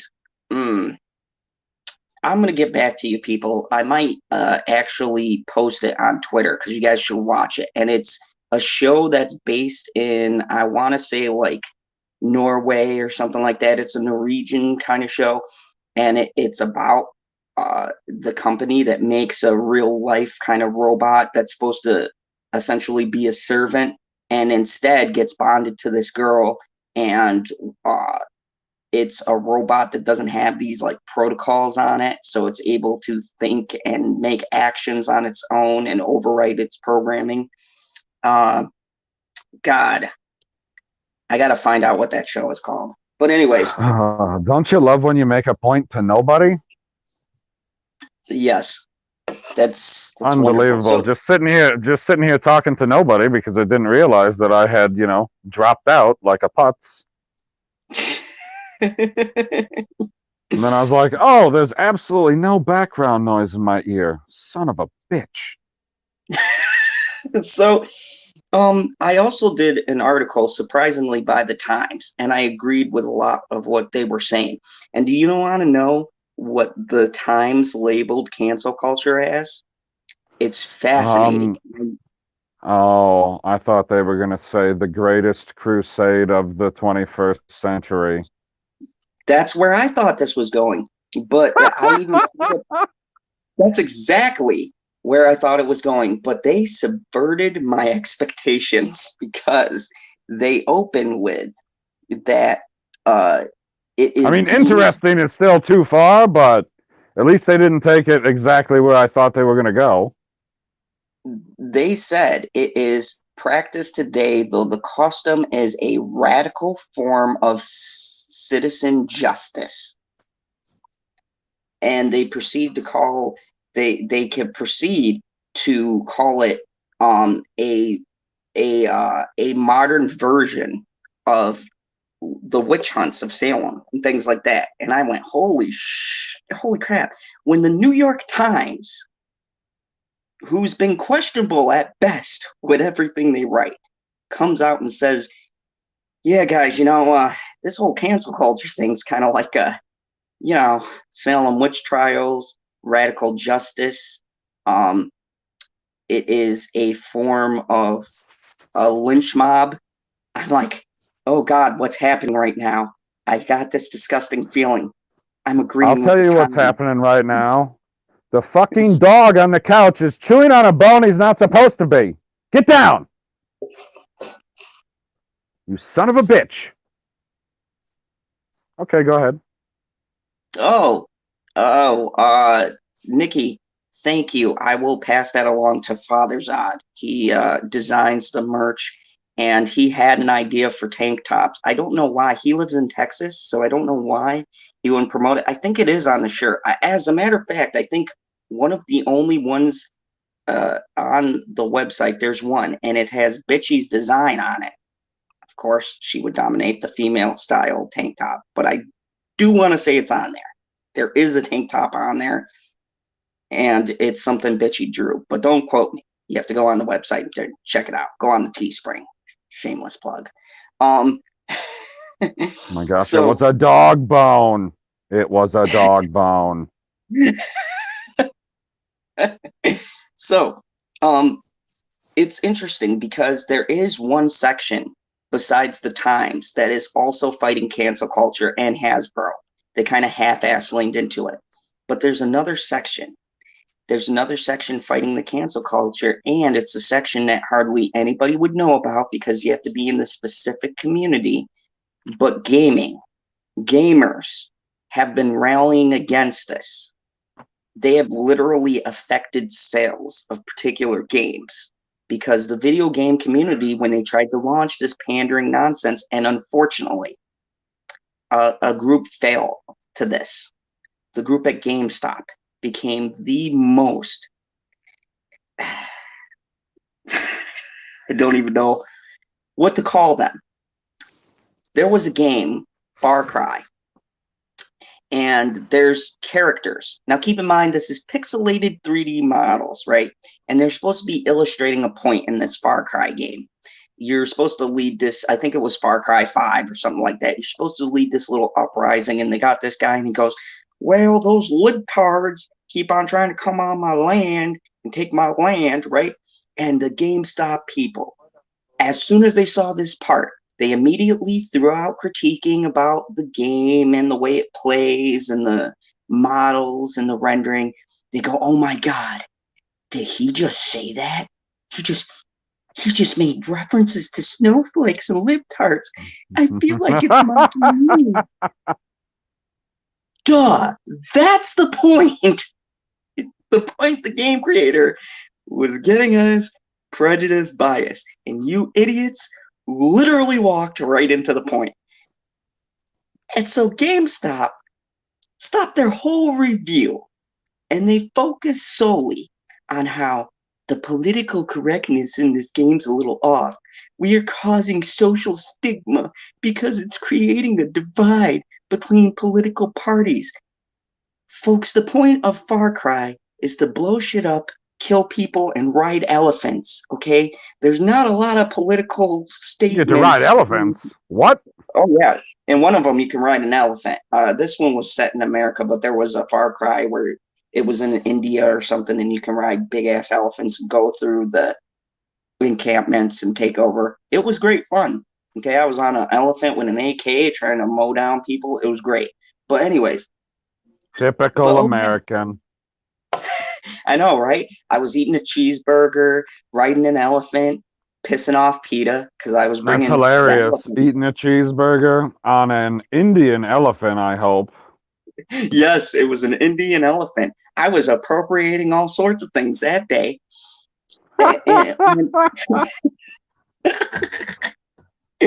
So, if you guys don't know the studio, TopHat Studios, who is set to go on the Nintendo platform, has come under fire as part of the cancel culture. They have issued a statement regarding demands to censor a title called A Cyberpunk Ghost Story. Now, you guys can go and look this up. The girl has a busty chest, we'll say, and you know where this is going. Wait a second. I swear to God, like a week and a half ago or something like that, whenever I got Salty Nerd to follow me because I made fun of Justin on Twitter because he doesn't get jokes for some unknown reason. I don't understand it. They go over his head. Anyway, I swear to God, I seen some post on there of some video game with some, fancy graphics, and somebody said something like, gosh, you gotta love it when the wind blows. And it was some very busty character. Is this the freaking game you're talking about? This is the game I'm talking about. Since that promo has come out, these people who have sensitive fifis, okay, they got a little sensitive feelings. They're like, we're portraying women that exist in the world? Oh my God. we're over sexualizing this character in a fictional 2077 setting. In case you guys don't realize, we're in 2021. This game's Oh about shit! When did that 7 happen? I don't know, PB. I have no clue. And yes, please join Zod's Patreon. Quick, thank you, Cherry sidetracked me, but quick little note. If you guys don't know, I used to be a martial artist. So Father Zod pitched an idea for me. Used to be? Like you forgot how to martial art? Oh no, you never forget that. I'm just saying I used to instruct. We'll reword that. Thank you. Oh, there you go. There you go. I used to instruct at a martial arts school. So for all of you ladies out there, I am going to make, for members only, videos about defending yourself should you get into particular situations. And the greatest part is, Bitchy doesn't know this yet, but I'm going to have her perform the moves on me because Father Zod recommended Mama Zod, but you're not going to see Mama Zod throw me around. That ain't happening. How much chocolate did you have to bribe her with to perform some moves on you? It's a lot. I can imagine. So I'm going to be for Patreons, I'm going to be sharing some exclusive content with you guys, and it's going to be of you getting punched in the face like Ant-Man. Oh, I'm sure once Bitchy gets into it, she's gonna love it. I'm gonna show people how to do, disabling techniques and stuff like that. Of course, there'll probably have to be a disclaimer, like, don't be doing this to your name. When you say disabling techniques, are you like talking about disabling people's ability to read articles or what? No, I'm talking about like breaking a wrist. That was a shot at you. I know. I chose to ignore it. Well, I reject your hypothesis. You son of a bitch. It's not coffee. Says, I'm a busty woman myself, I think. I'm not sure. How do you know?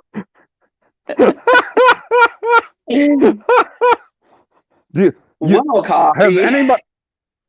It's not coffee. It's kaffa. You're not even close, guy. Not even close. You're putting way too much effort in. Put in less effort. Say the name easier. Well, kaffa. There you go. Kaffa, I'm going to, I don't even know how to say this without coming off as a white privileged sexist pig.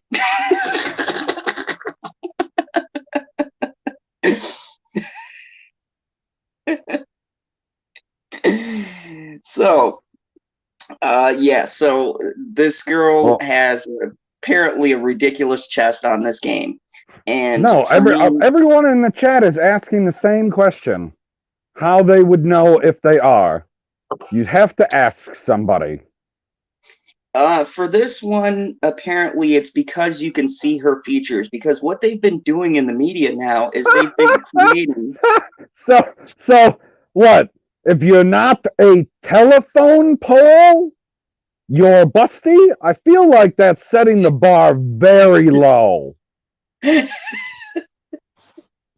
Yeah, if you have a flat chest and flat ass, good to go.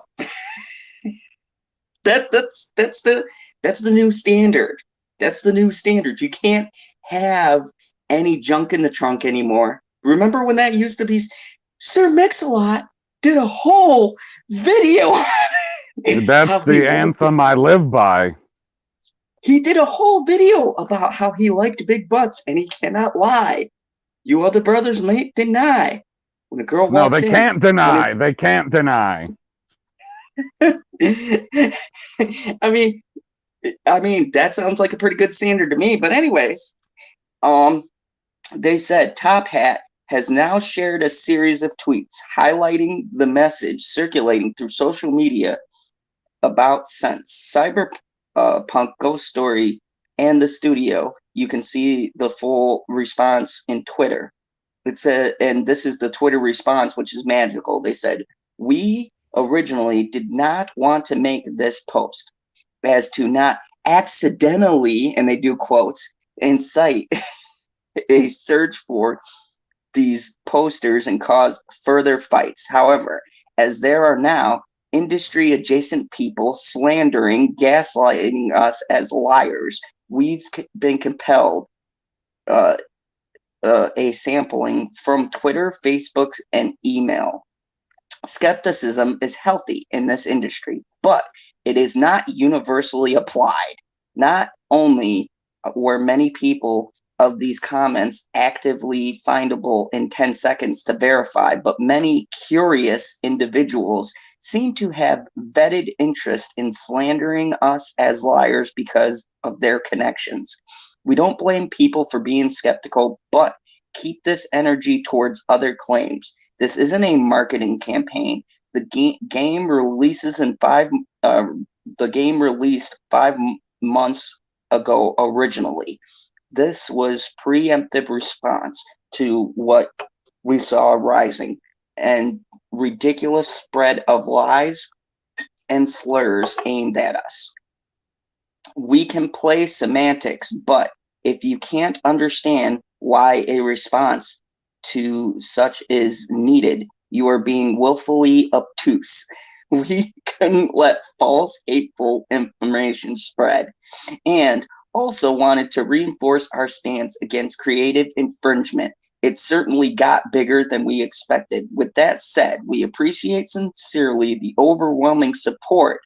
Really, as we said, we didn't want to make this post, but we aren't going to allow people to spread lies, no less from those with vetted interest in calling us liars. We aren't changing our sense and or stance.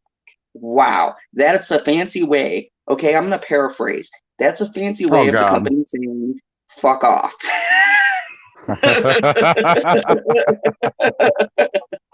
There you go.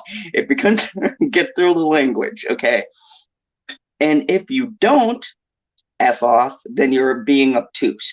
If you don't think that this stuff has existed, and this isn't an argument from like 1990 when Congress felt the need to get involved in video games and music, then you don't know your history, because this has been in this industry for years and their response has always been the same. And God bless their soul. And my hat's off to you, Mr. Top Hat and ID Games, and all of you guys who have the backbone to come out and to face this Twitter mob and say, you know what? If you don't like the game, if your feelings are hurt, if you feel the women being busty and having physics when they jump is offending your delicate sensibility, then here's a simple solution.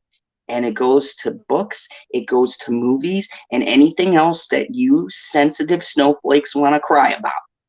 Don't buy, don't watch, don't read the material.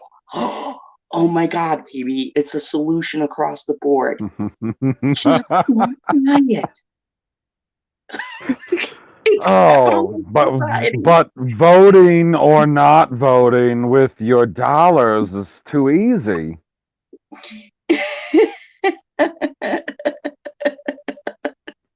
Like, that's, I swear to God, the last stream that I did, that's partially what we talked about, that just decide what you want to do with your money instead of just going out there and making a hashtag and thinking that is actually doing something. I mean, you would be much better off going to whatever location sells whatever thing you're trying to get canceled, and standing outside like a crazy person and going, hey, you shouldn't go in and buy Snickers because they support peanuts. And I think peanuts kill too many people. So, you're getting Snickers taken down, right? No, you shouldn't support Snickers because they endorse a terrible company. Like, if No, you want but to get on your I have to soapbox. give the most ridiculous argument for this crazy whack job standing outside of your local Tesco or whatever. Oh yeah, make no mistake, what they choose to cancel, even by accident, if it's something that's legitimately horrible, they're not doing it for that reason. Like when I say boycott, which is totally different beast, okay? I'm not talking about these idiots standing there and they're getting at Snickers because diversity or peanuts. I'm talking about they're endorsing a horrible company that's getting people killed. See, there's a difference, and this is where it seems people confuse boycotting, which is not lambasting and harassing the people involved. Boycotting is choosing not to buy a product as a show of your disgust for something they're doing, whereas canceling someone is attacking the people, persons, or everyone else involved on a social media platform and bordering on weird, creepy stalking and harassment. Those are two very different things. Because I'm not trolling the CEO of Weird, creepy Snickers. stalking and harassment. It's I like mean, a two it does make the harassment easier when you do the weird, creepy stalking. You're like, shit, I've been blocked. Time to make another account instead of going, shit, I've been blocked. Maybe I'll step outside for 5 minutes and go for a walk or something because, I don't have a life. Unless you can't step outside because you live in a country that they don't allow you to. Oh man, life Haley is crazy. has a great point. What I want to know is who is making all of these decisions for us? Aren't I allowed to choose for myself? No, no, because we're privileged white people, or we don't know what's good for us. Because if you're diverse, then they don't know what to do. They're like, oh, black people don't like it. Well, they're being marginalized or they're self hating. Oh yeah. Self Could you imagine if Martin Luther King lived in this age and one of these Twitter idiots called him a self-hating black person? It's like, look, Martin, I get this whole civil rights thing, but I see you're out here fighting for equality. You didn't spell the word quite right, or you've been pronouncing it wrong in your speeches. It's equity. You want equity for your people, not equality. It's equity we're looking for because not everybody starts in the same spot, but that's where we want everybody to end up in the same spot, except we don't because we want to put some people ahead of some people, like at Coca-Cola, where they want way more black people than you could ever imagine because not that many black people become lawyers compared to the percentage that they're trying to hire. Like, I know how to do math, retards. And by retards, I mean like they're extra, extra stupid. And that's not a derogatory term against anybody that would take it that way. So, by the way, I just want to read something out loud, a little unrelated, but it says, recently in my email, says, congratulations, your YouTube channel, Mr. Zod's Phantom Zone, has been accepted into YouTube's partner program and is now able to monetize on YouTube. To get started, check out the YouTube creators site so you can stay connected with, to the YouTube team with other creators like you. We also recommend. You just got that? Yep, just got that literally. Okay, well, you're ignoring all of the fruit-based busty words in the chat. I am, because I don't. Melons, grapefruits. What was the other one that I missed? I swear to God there was one more. Maybe not. Coconuts, that was the other one. I mean, coconut's a fruit, I guess. I mean, is it a fruit? It's a nut. I feel like it's a nut that you eat like a fruit. It's a nut, yeah, man. yeah. It's got to be it's got a very, very hard outer shell. Like, yeah, fruits have a hard outer shell, but I could punch a fruit and break it. I can't punch a coconut and just break it. Like, you gotta put some force in that son bitch. You gotta break it on a rock. Oh yeah, yeah. Unless you're Johnny Lawrence I mean, or Dan. I'm not a kung fu master like that. I'm just a guy.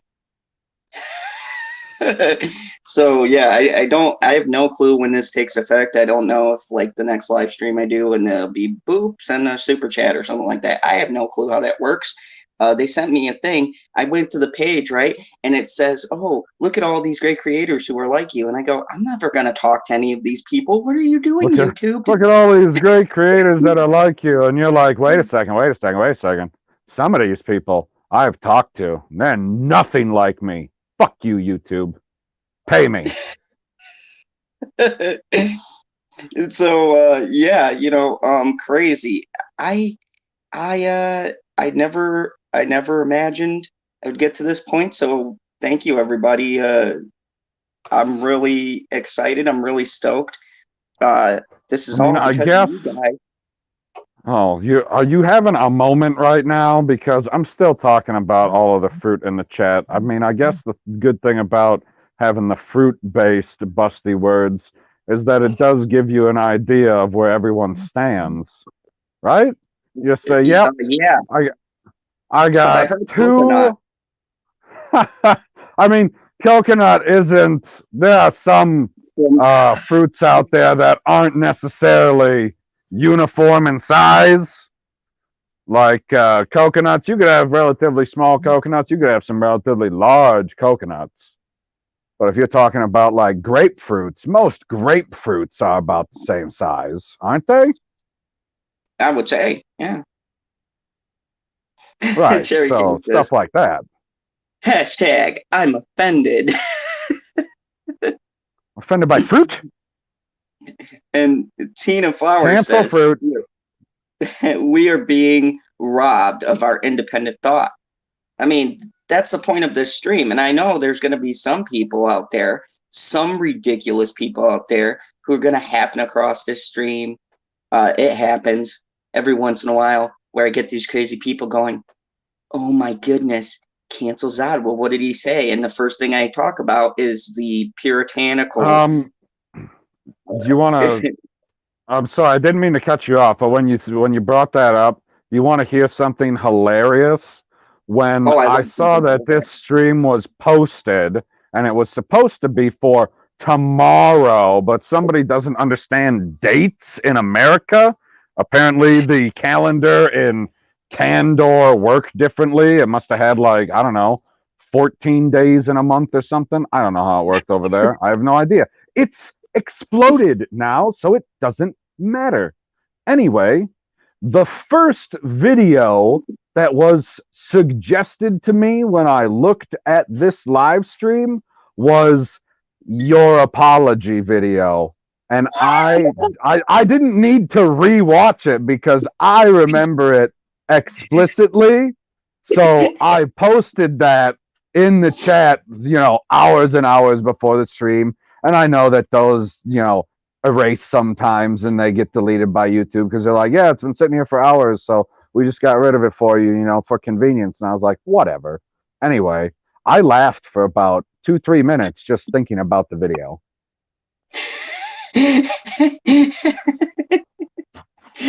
I'm very curious as to if that's monetized. I mean, here right now it's suggesting it to me again, except now it's 1, 2, 3, 4. It's the 5th one down on mine. That is great. I'll grab the link and I'll throw it in here. People will laugh at it because I'm sure that there's a fair number of people here that never saw it before because they weren't around at that point. Oh yeah. And when you guys, to give you context, because I don't really, do I name the people? I don't think I name the people, but I don't know. They're a bunch of fuckos. When I talked to, it was for a certain subsection of the hashtag Phantom Menace. Yeah, that was the video that lost me about 100 subs that day. And the dislike ratio is quite high. I think that's the only video in my library that has that high of a dislike ratio. Oh man, I pissed off quite a few people on that. To be honest, when I made that video, they were pissed off. They're like, I don't even have to watch the video. I know what he does in it. And I was like, okay, I guess if you think you know and you don't have to watch it, go ahead. But I'm gonna watch it and I'm gonna laugh. and that was a direct result of them saying stuff about Mr. Pop Culture PB, because I choose to defend people, and not saying PB couldn't defend himself, because trust me, that was hilarious watching his responses to this ridiculousness. But at the same time, I'm not going to let a buddy of mine be ganged up on, as was the case, by a bunch of random people. If you are a friend of mine, if I do this YouTubing thing with you, as long as I have with PB and I've gone physically over to your place, I will not let a ridiculous person who does not know you claim to know what you were saying and put out false statements about what you were saying to make you appear to be a horrendous monster. Because as I thought of it, no, I do a good enough job of that myself.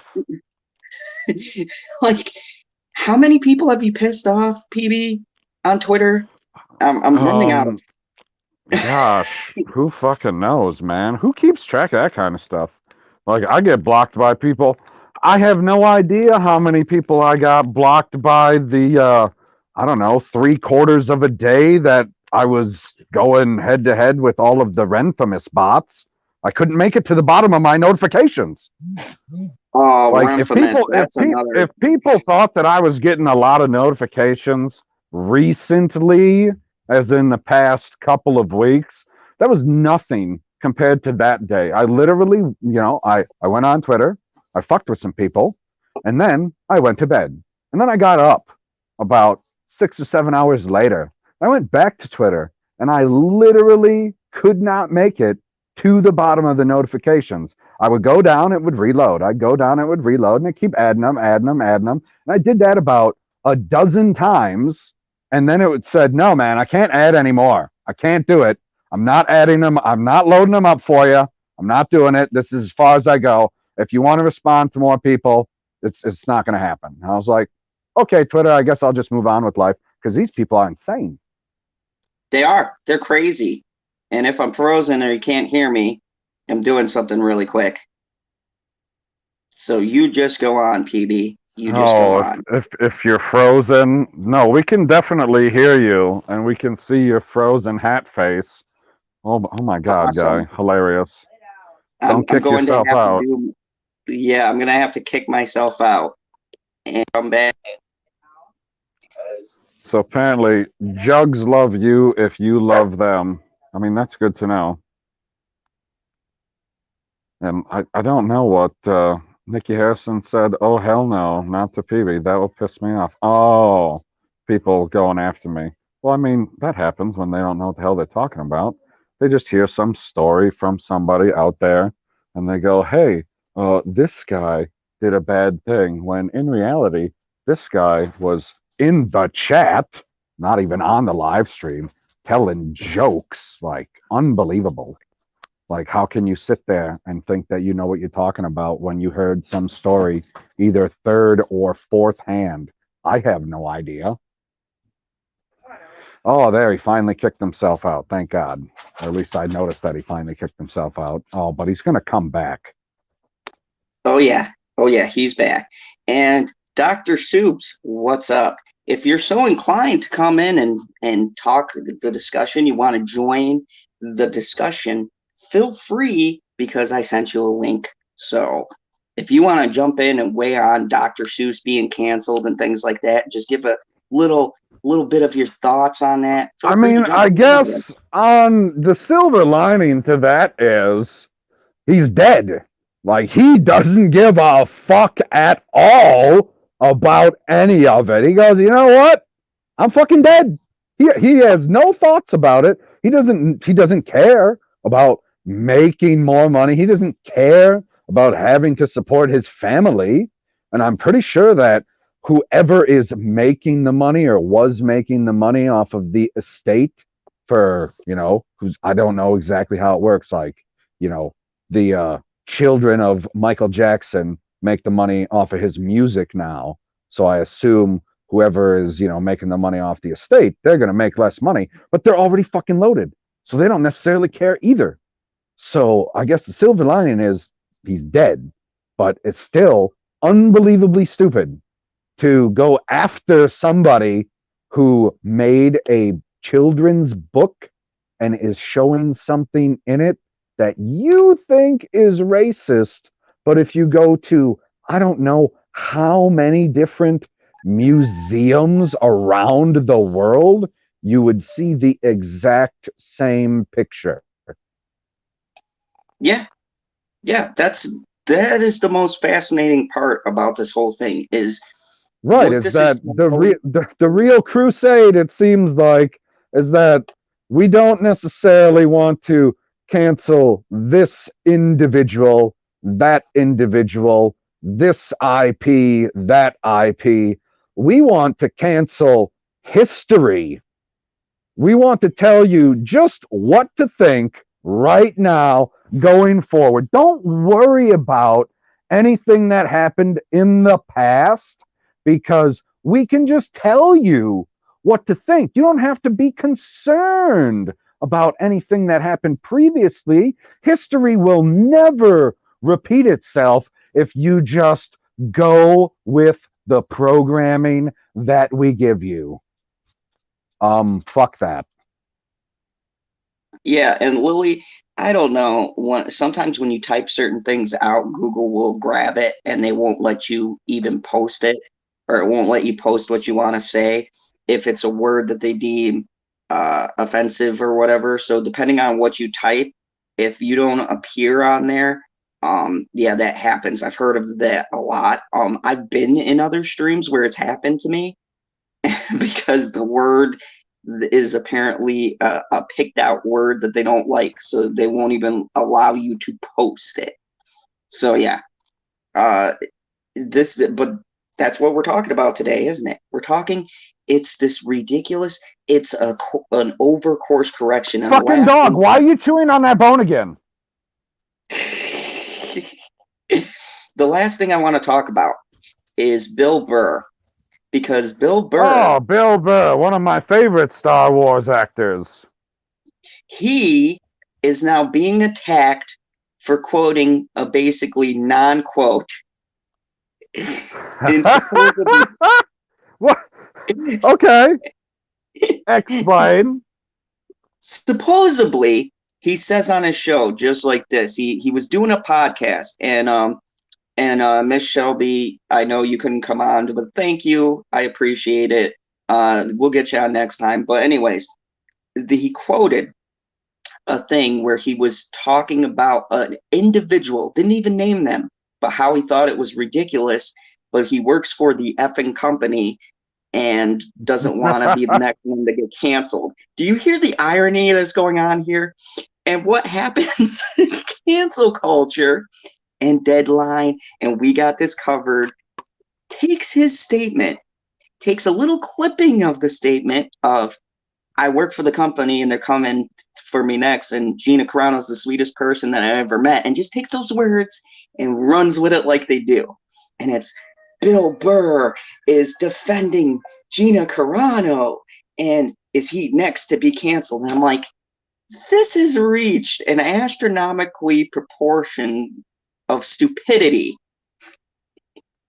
He didn't even say her name. Sure, smart people can infer who he was talking about, okay? But I didn't realize these morons had that kind of intelligence, considering that apparently they can't get a metaphor, but they can pick up an inference. I mean, they make their own inferences. They go, wait a second. I don't really understand or know how to read between the lines But this is what this motherfucker was saying right here. Did you guys catch this? Did you hear what he said? And then everybody goes to it and they go, are you fucking kidding me? What? Yeah, I see what he said. He said fucking nothing. Carmen, good to see you. How are Good morning, you? Carmen. He had made, and the funny part is, because he did this podcast, and then, of course, Bill Burr did a tweet now, and he said in the excellent. tweet, he said, isn't it ironic that what I was saying was going to happen just effing happened? And go, now that's an epic Twitter response. Oh my God. Like, what'd you get distracted by, guy? Who's the message from? It's from Father Zod. He's probably going to say, did you know you just got monetized? Be like, yeah, you're behind the 8 ball this time, old man.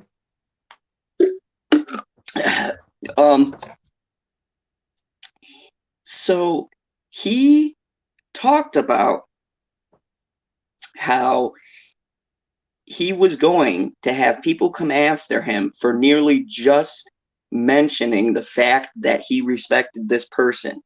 And here's the irony.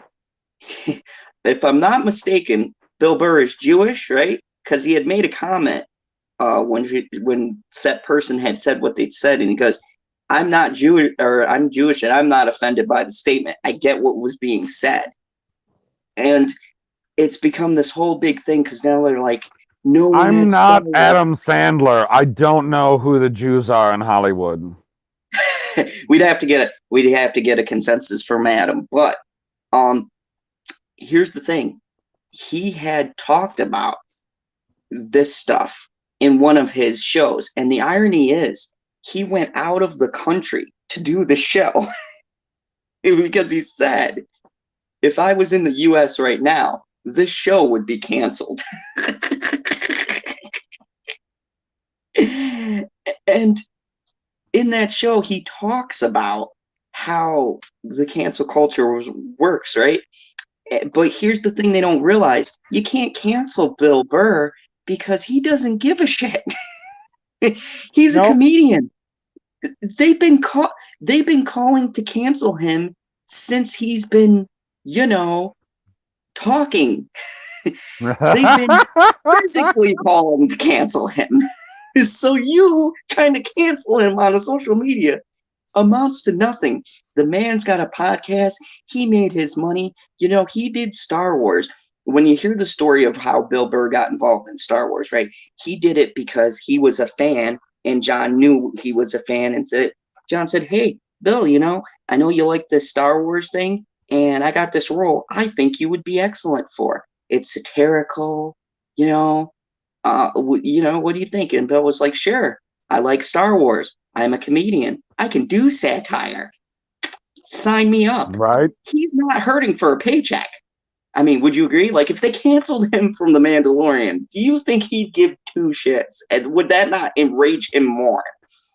I would guess, and I mean, I'm no expert again, I would say, that if he got canceled from The Mandalorian, which I don't know if his character would ever come up again. I assume that they were going to stumble across him again at some point because he's just kind of out there. That he would most definitely make more money because whatever story is going to come out of that and the special that is in is going to do gangbusters. Because I was watching The Quartering, and he made a hilarious point, and he goes, I'm not saying that people are uncancelable, that they can't be canceled, but if you had to pick someone who's pretty hard to touch in that realm, it would be Bill Burr. He's got a black wife. He's got very in between politics, but probably more left leaning. I mean, the guy in that realm, because of how he does his shows and everything else, is pretty hard to tackle. So them coming after him, plus he was smart with his money and he invested it and did rather well for himself. So at this point, if he was to just one day say, F it, have this ridiculousness, I'm done with Hollywood and entertainment in general. I used to love comedy, but it's just not what it was, right? Todd Phillips did that and he did gangbusters. But anyways, it says like comedy landscape, there's no one could take a joke anymore. I'm done with this, right? Do you know how many people would be monumentally pissed off? It's like when Dave Chappelle came out with that comedy and they tried to cancel him and they just made him more popular because that's what he thrives on. They don't get it. When comedians, when you come after them, they get more famous. That's usually the point. Oh, good. You put that on the screen. That's exactly what I wanted you to put on the screen. Nikki says, aren't we supposed to be in the land of the free in the USA? Yeah, we are. And then the argument that I always keep hearing is that, well, freedom of speech isn't freedom from consequences. Okay, that's fine and all, except that you're taking a very small group of people and attacking an individual on the basis of what? Because you don't know how to take a joke or because you didn't understand something? Very rarely do you have a Bill Cosby situation. Yeah, I mean, when this whole thing started, right, they were going after Weinstein, Cosby, and it wasn't cancel culture, it was Me Too, right? But then it was, and with those, right, it was Me Too, and then I was like, okay, but then you started getting the stories of all of the extra people that started corrupting it, like, I guess we don't need to talk about the nameless one, but people like that corrupted the Me Too movement. So now you can't just call it the Me Too movement because the Me Too movement is fucking shit. So now it's just a justice movement because that's all that we care about is getting justice. That's it. Period. It's very easy. Well, I shouldn't say easy, simple. And here's the irony of it is that we are destroying the concept of justice while supposedly seeking justice because it isn't justice. It's a bunch of lynch mobs that are now running shot on the cause. Like if lynching people back in the day in reality was terrible, and it is quite obviously a terrible thing to do, why is doing it virtually such a great thing to be lauded? That, oh, look at what we're doing. We're going out on the internet, on Twitter, on Facebook, on all of our social medias, and we got this hashtag going, and we're going to get this person fired from their job because they said a thing that we don't appreciate. Or you could just fuck off. and that's a great point. Freedom of speech, but with limitations. Right, like, yeah, you can say whatever you want, but don't expect that you're going to be able to come back to work on Monday. And I was like, wait a second. What do you mean? Like, yeah, you can go to that protest and you can say whatever you want on that microphone and you can go on the internet and you can post whatever you want, but we're watching you. And if you don't conform with to what we think at our company, then, we're going to take action. Well, fucking A, man. How wonderful. Yeah, and it's crazy to me because then you have someone, because the second part to that Dr. Seuss story is Sleepy Joe came on. What did Sleepy Joe do? Jesus Christ. He gives validation to these people now by saying, not only are we going to remove these evil Dr. Seuss books, but I'm going to co-sign it. I'm taking it off of this National Reading Day. Really, Joe? Should you be spending your time on this? Out of all the Joe stuff doesn't know what going he's spending his time on, ever. on, you just happened to be on the Twitter, Joe, and you didn't get both sides of this argument, and you said, well, this just seems like what the American people are talking about today, so instead of worrying about healthcare or the things going on about maybe reopening some stores and this coronavirus thing and vaccines that are supposed to be getting out, no, I'm going to go. It's the perfect time to go on a national book tour, reading across America, and I'm going to take a stand against this evil Dr. Seuss prick. Oh, Kaffa hates Joe. Like, I don't hate Joe. I don't see like that. I feel like that might be going a bit too far, and he's comical in his own way. It's unfortunate that he doesn't mean to be comical. Did you hear what he said when he was giving some freaking speech, and he says literally out loud, "Oh man, what am I doing up here? I'm gonna get lost up here." And I was like, what in the hell is going on? Why are you saying this out loud? Like, if you just shuffled around for a little bit and just, said something a little witty, people would have no idea that you're losing your goddamn mind. But you literally just say, "Oh, I'm getting lost up here. I have no idea what I'm doing." What the fuck, guy? Oh my God. Like, please tell me that he doesn't have the key to open up the little, plastic housing over the nuclear button.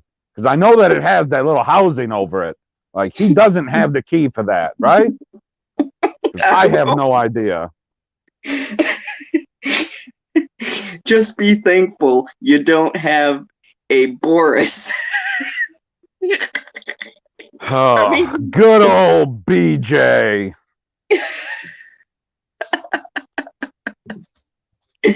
Like, oh my God. I don't even know. Corn pop. I was reminded of the corn pop story. Bonnie reminded me of the corn pop story. Oh my God. Do you remember the corn pop story, Zod? No, go continue. So What's the apparently, way back in the day, I don't know, sometime in the 60s, Joe Biden, being the badass that he was, he put some gang leader named Corn Pop in his place with a 6-foot chain.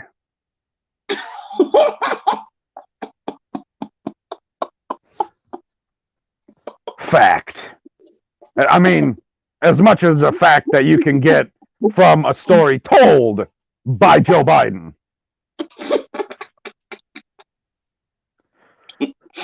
Bonnie said, "Joe, fall asleep on the button." Yeah, I know. That's why they have the little housing over it. So you can't just fall asleep on a button. Like okay, he'd be like, "Oh man, it's freaking 9:30 a.m. guys. It is nap time. Crikey." Like, where's that nuclear button? I gotta not fall asleep on that. I'm gonna stop you right there. Hold on.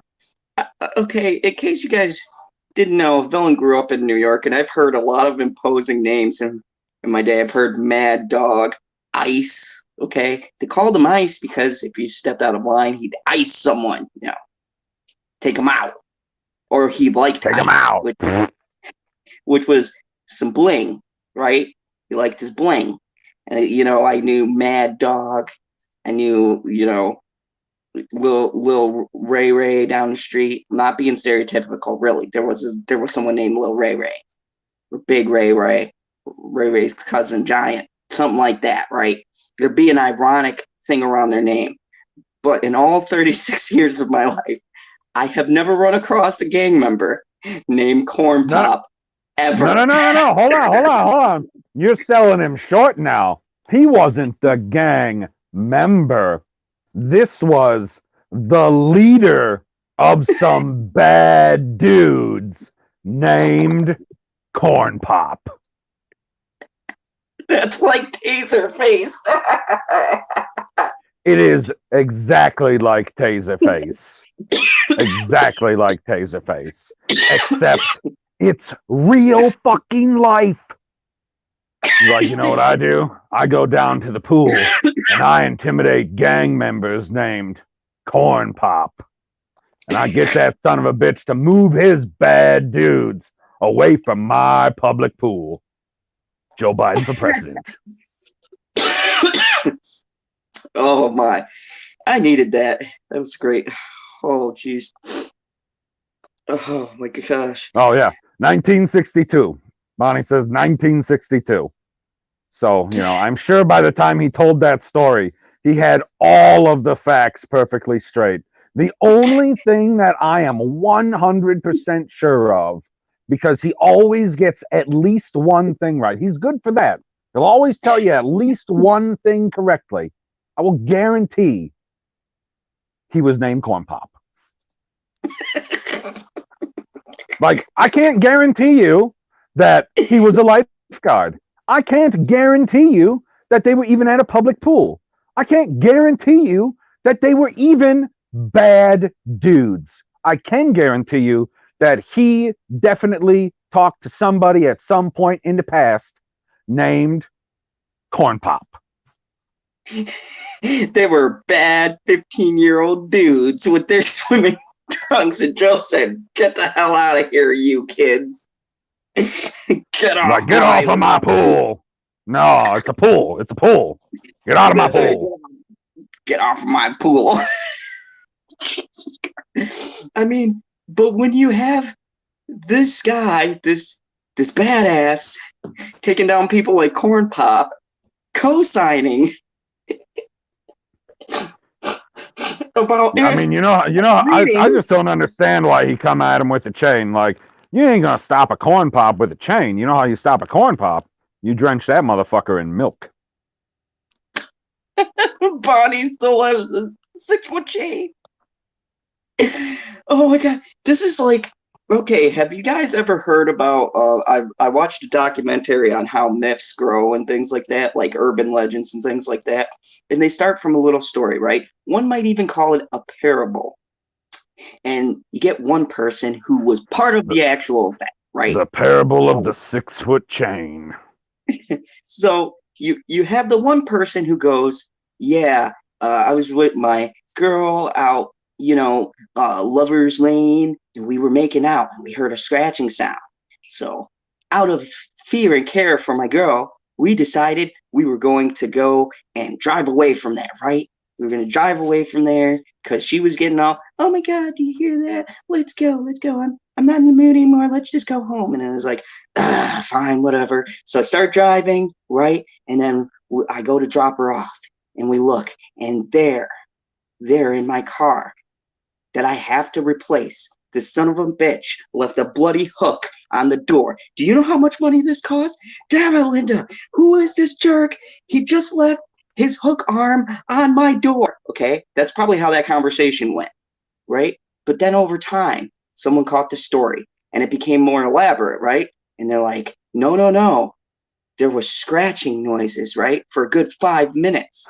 And then John decided to drive off. Whoa. It wasn't scratching noises. It was sniffing noises.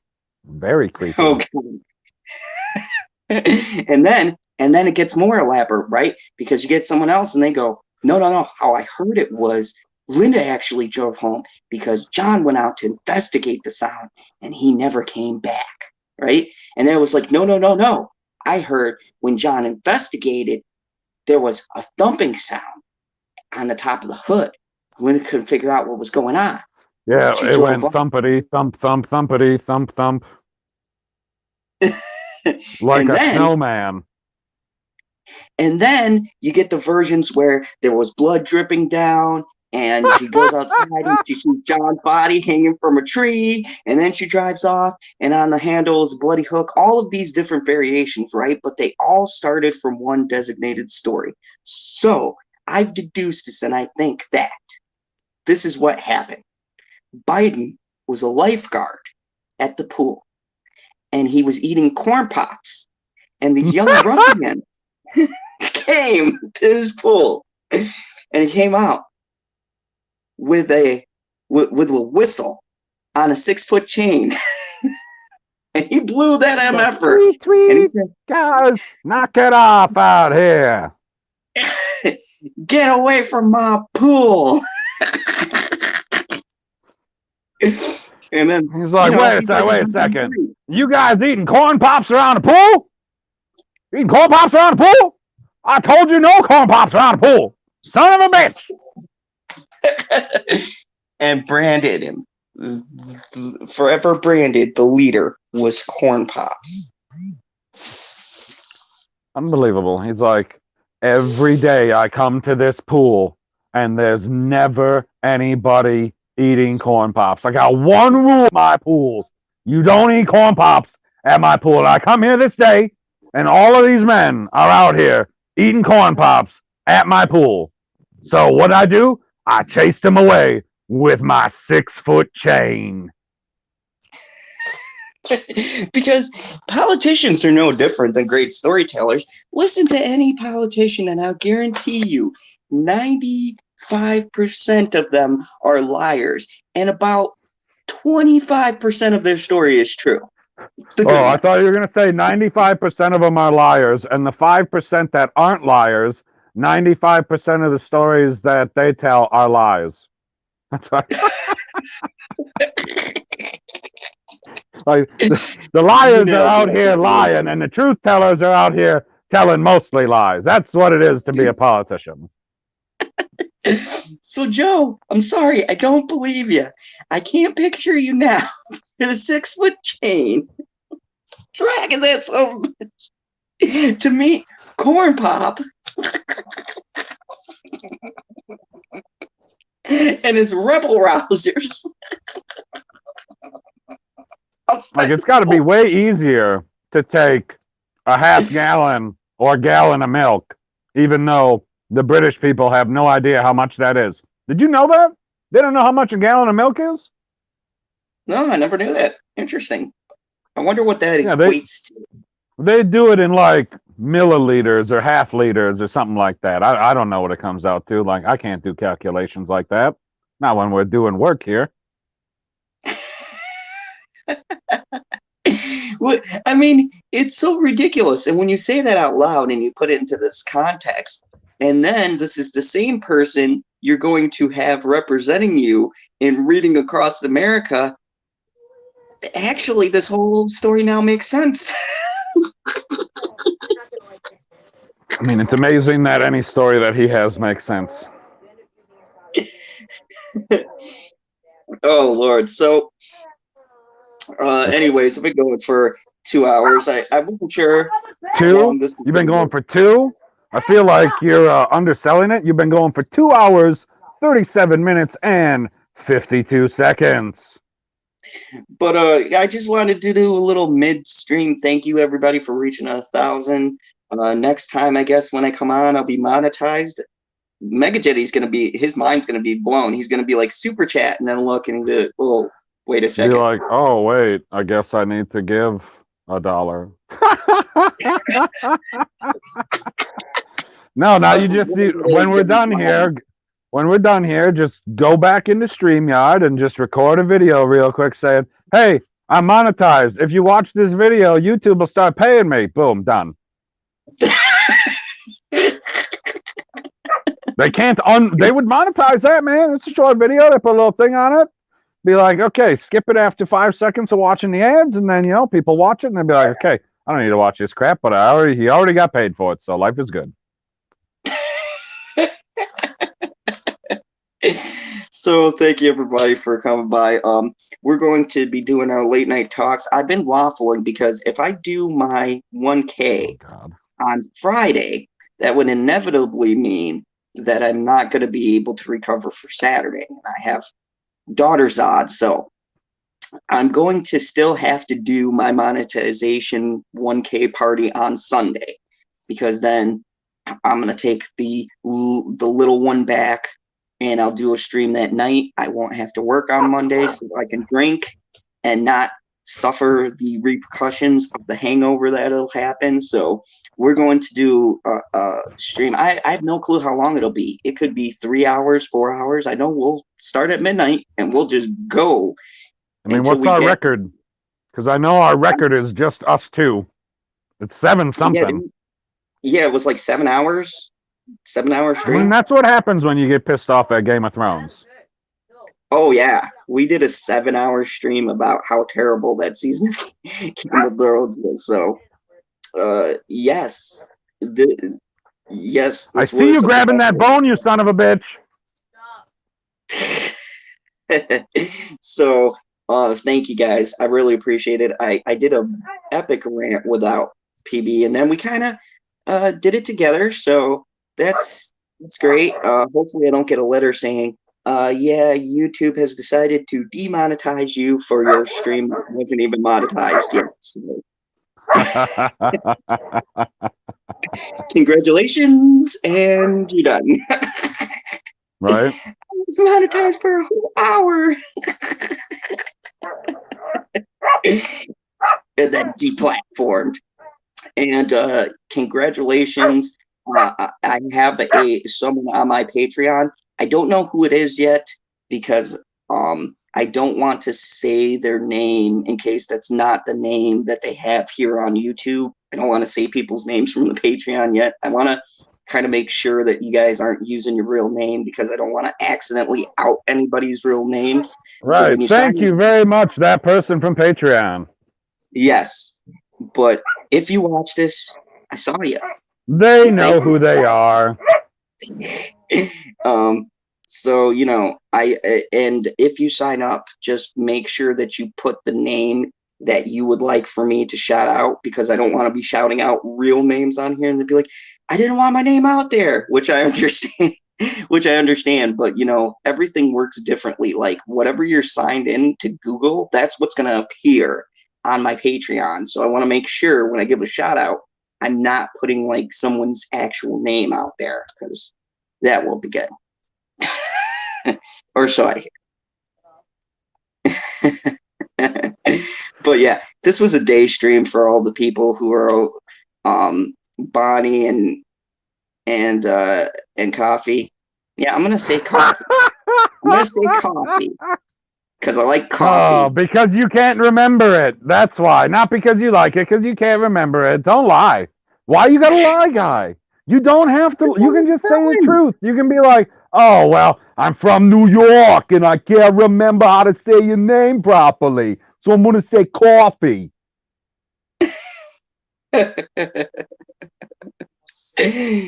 yeah, you know, thank you guys for coming. I know you always are saying like, you do this really late at night, which is early in the morning, and we can't make it. So I wanted to do something you guys can make that was at a reasonable time. And I looked at the conversions finally. So I guess when I started it was like 2 p.m. So it's like 3 something now, I think. Hopefully that's how it was. You have no idea. You have no idea what time it is anywhere, do you? It's almost 11, which means it's almost 5 p.m. in the UK, guy.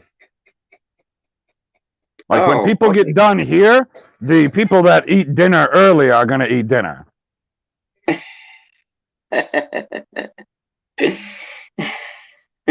Oh, Carrick was stirred. Really, Mr. Zod?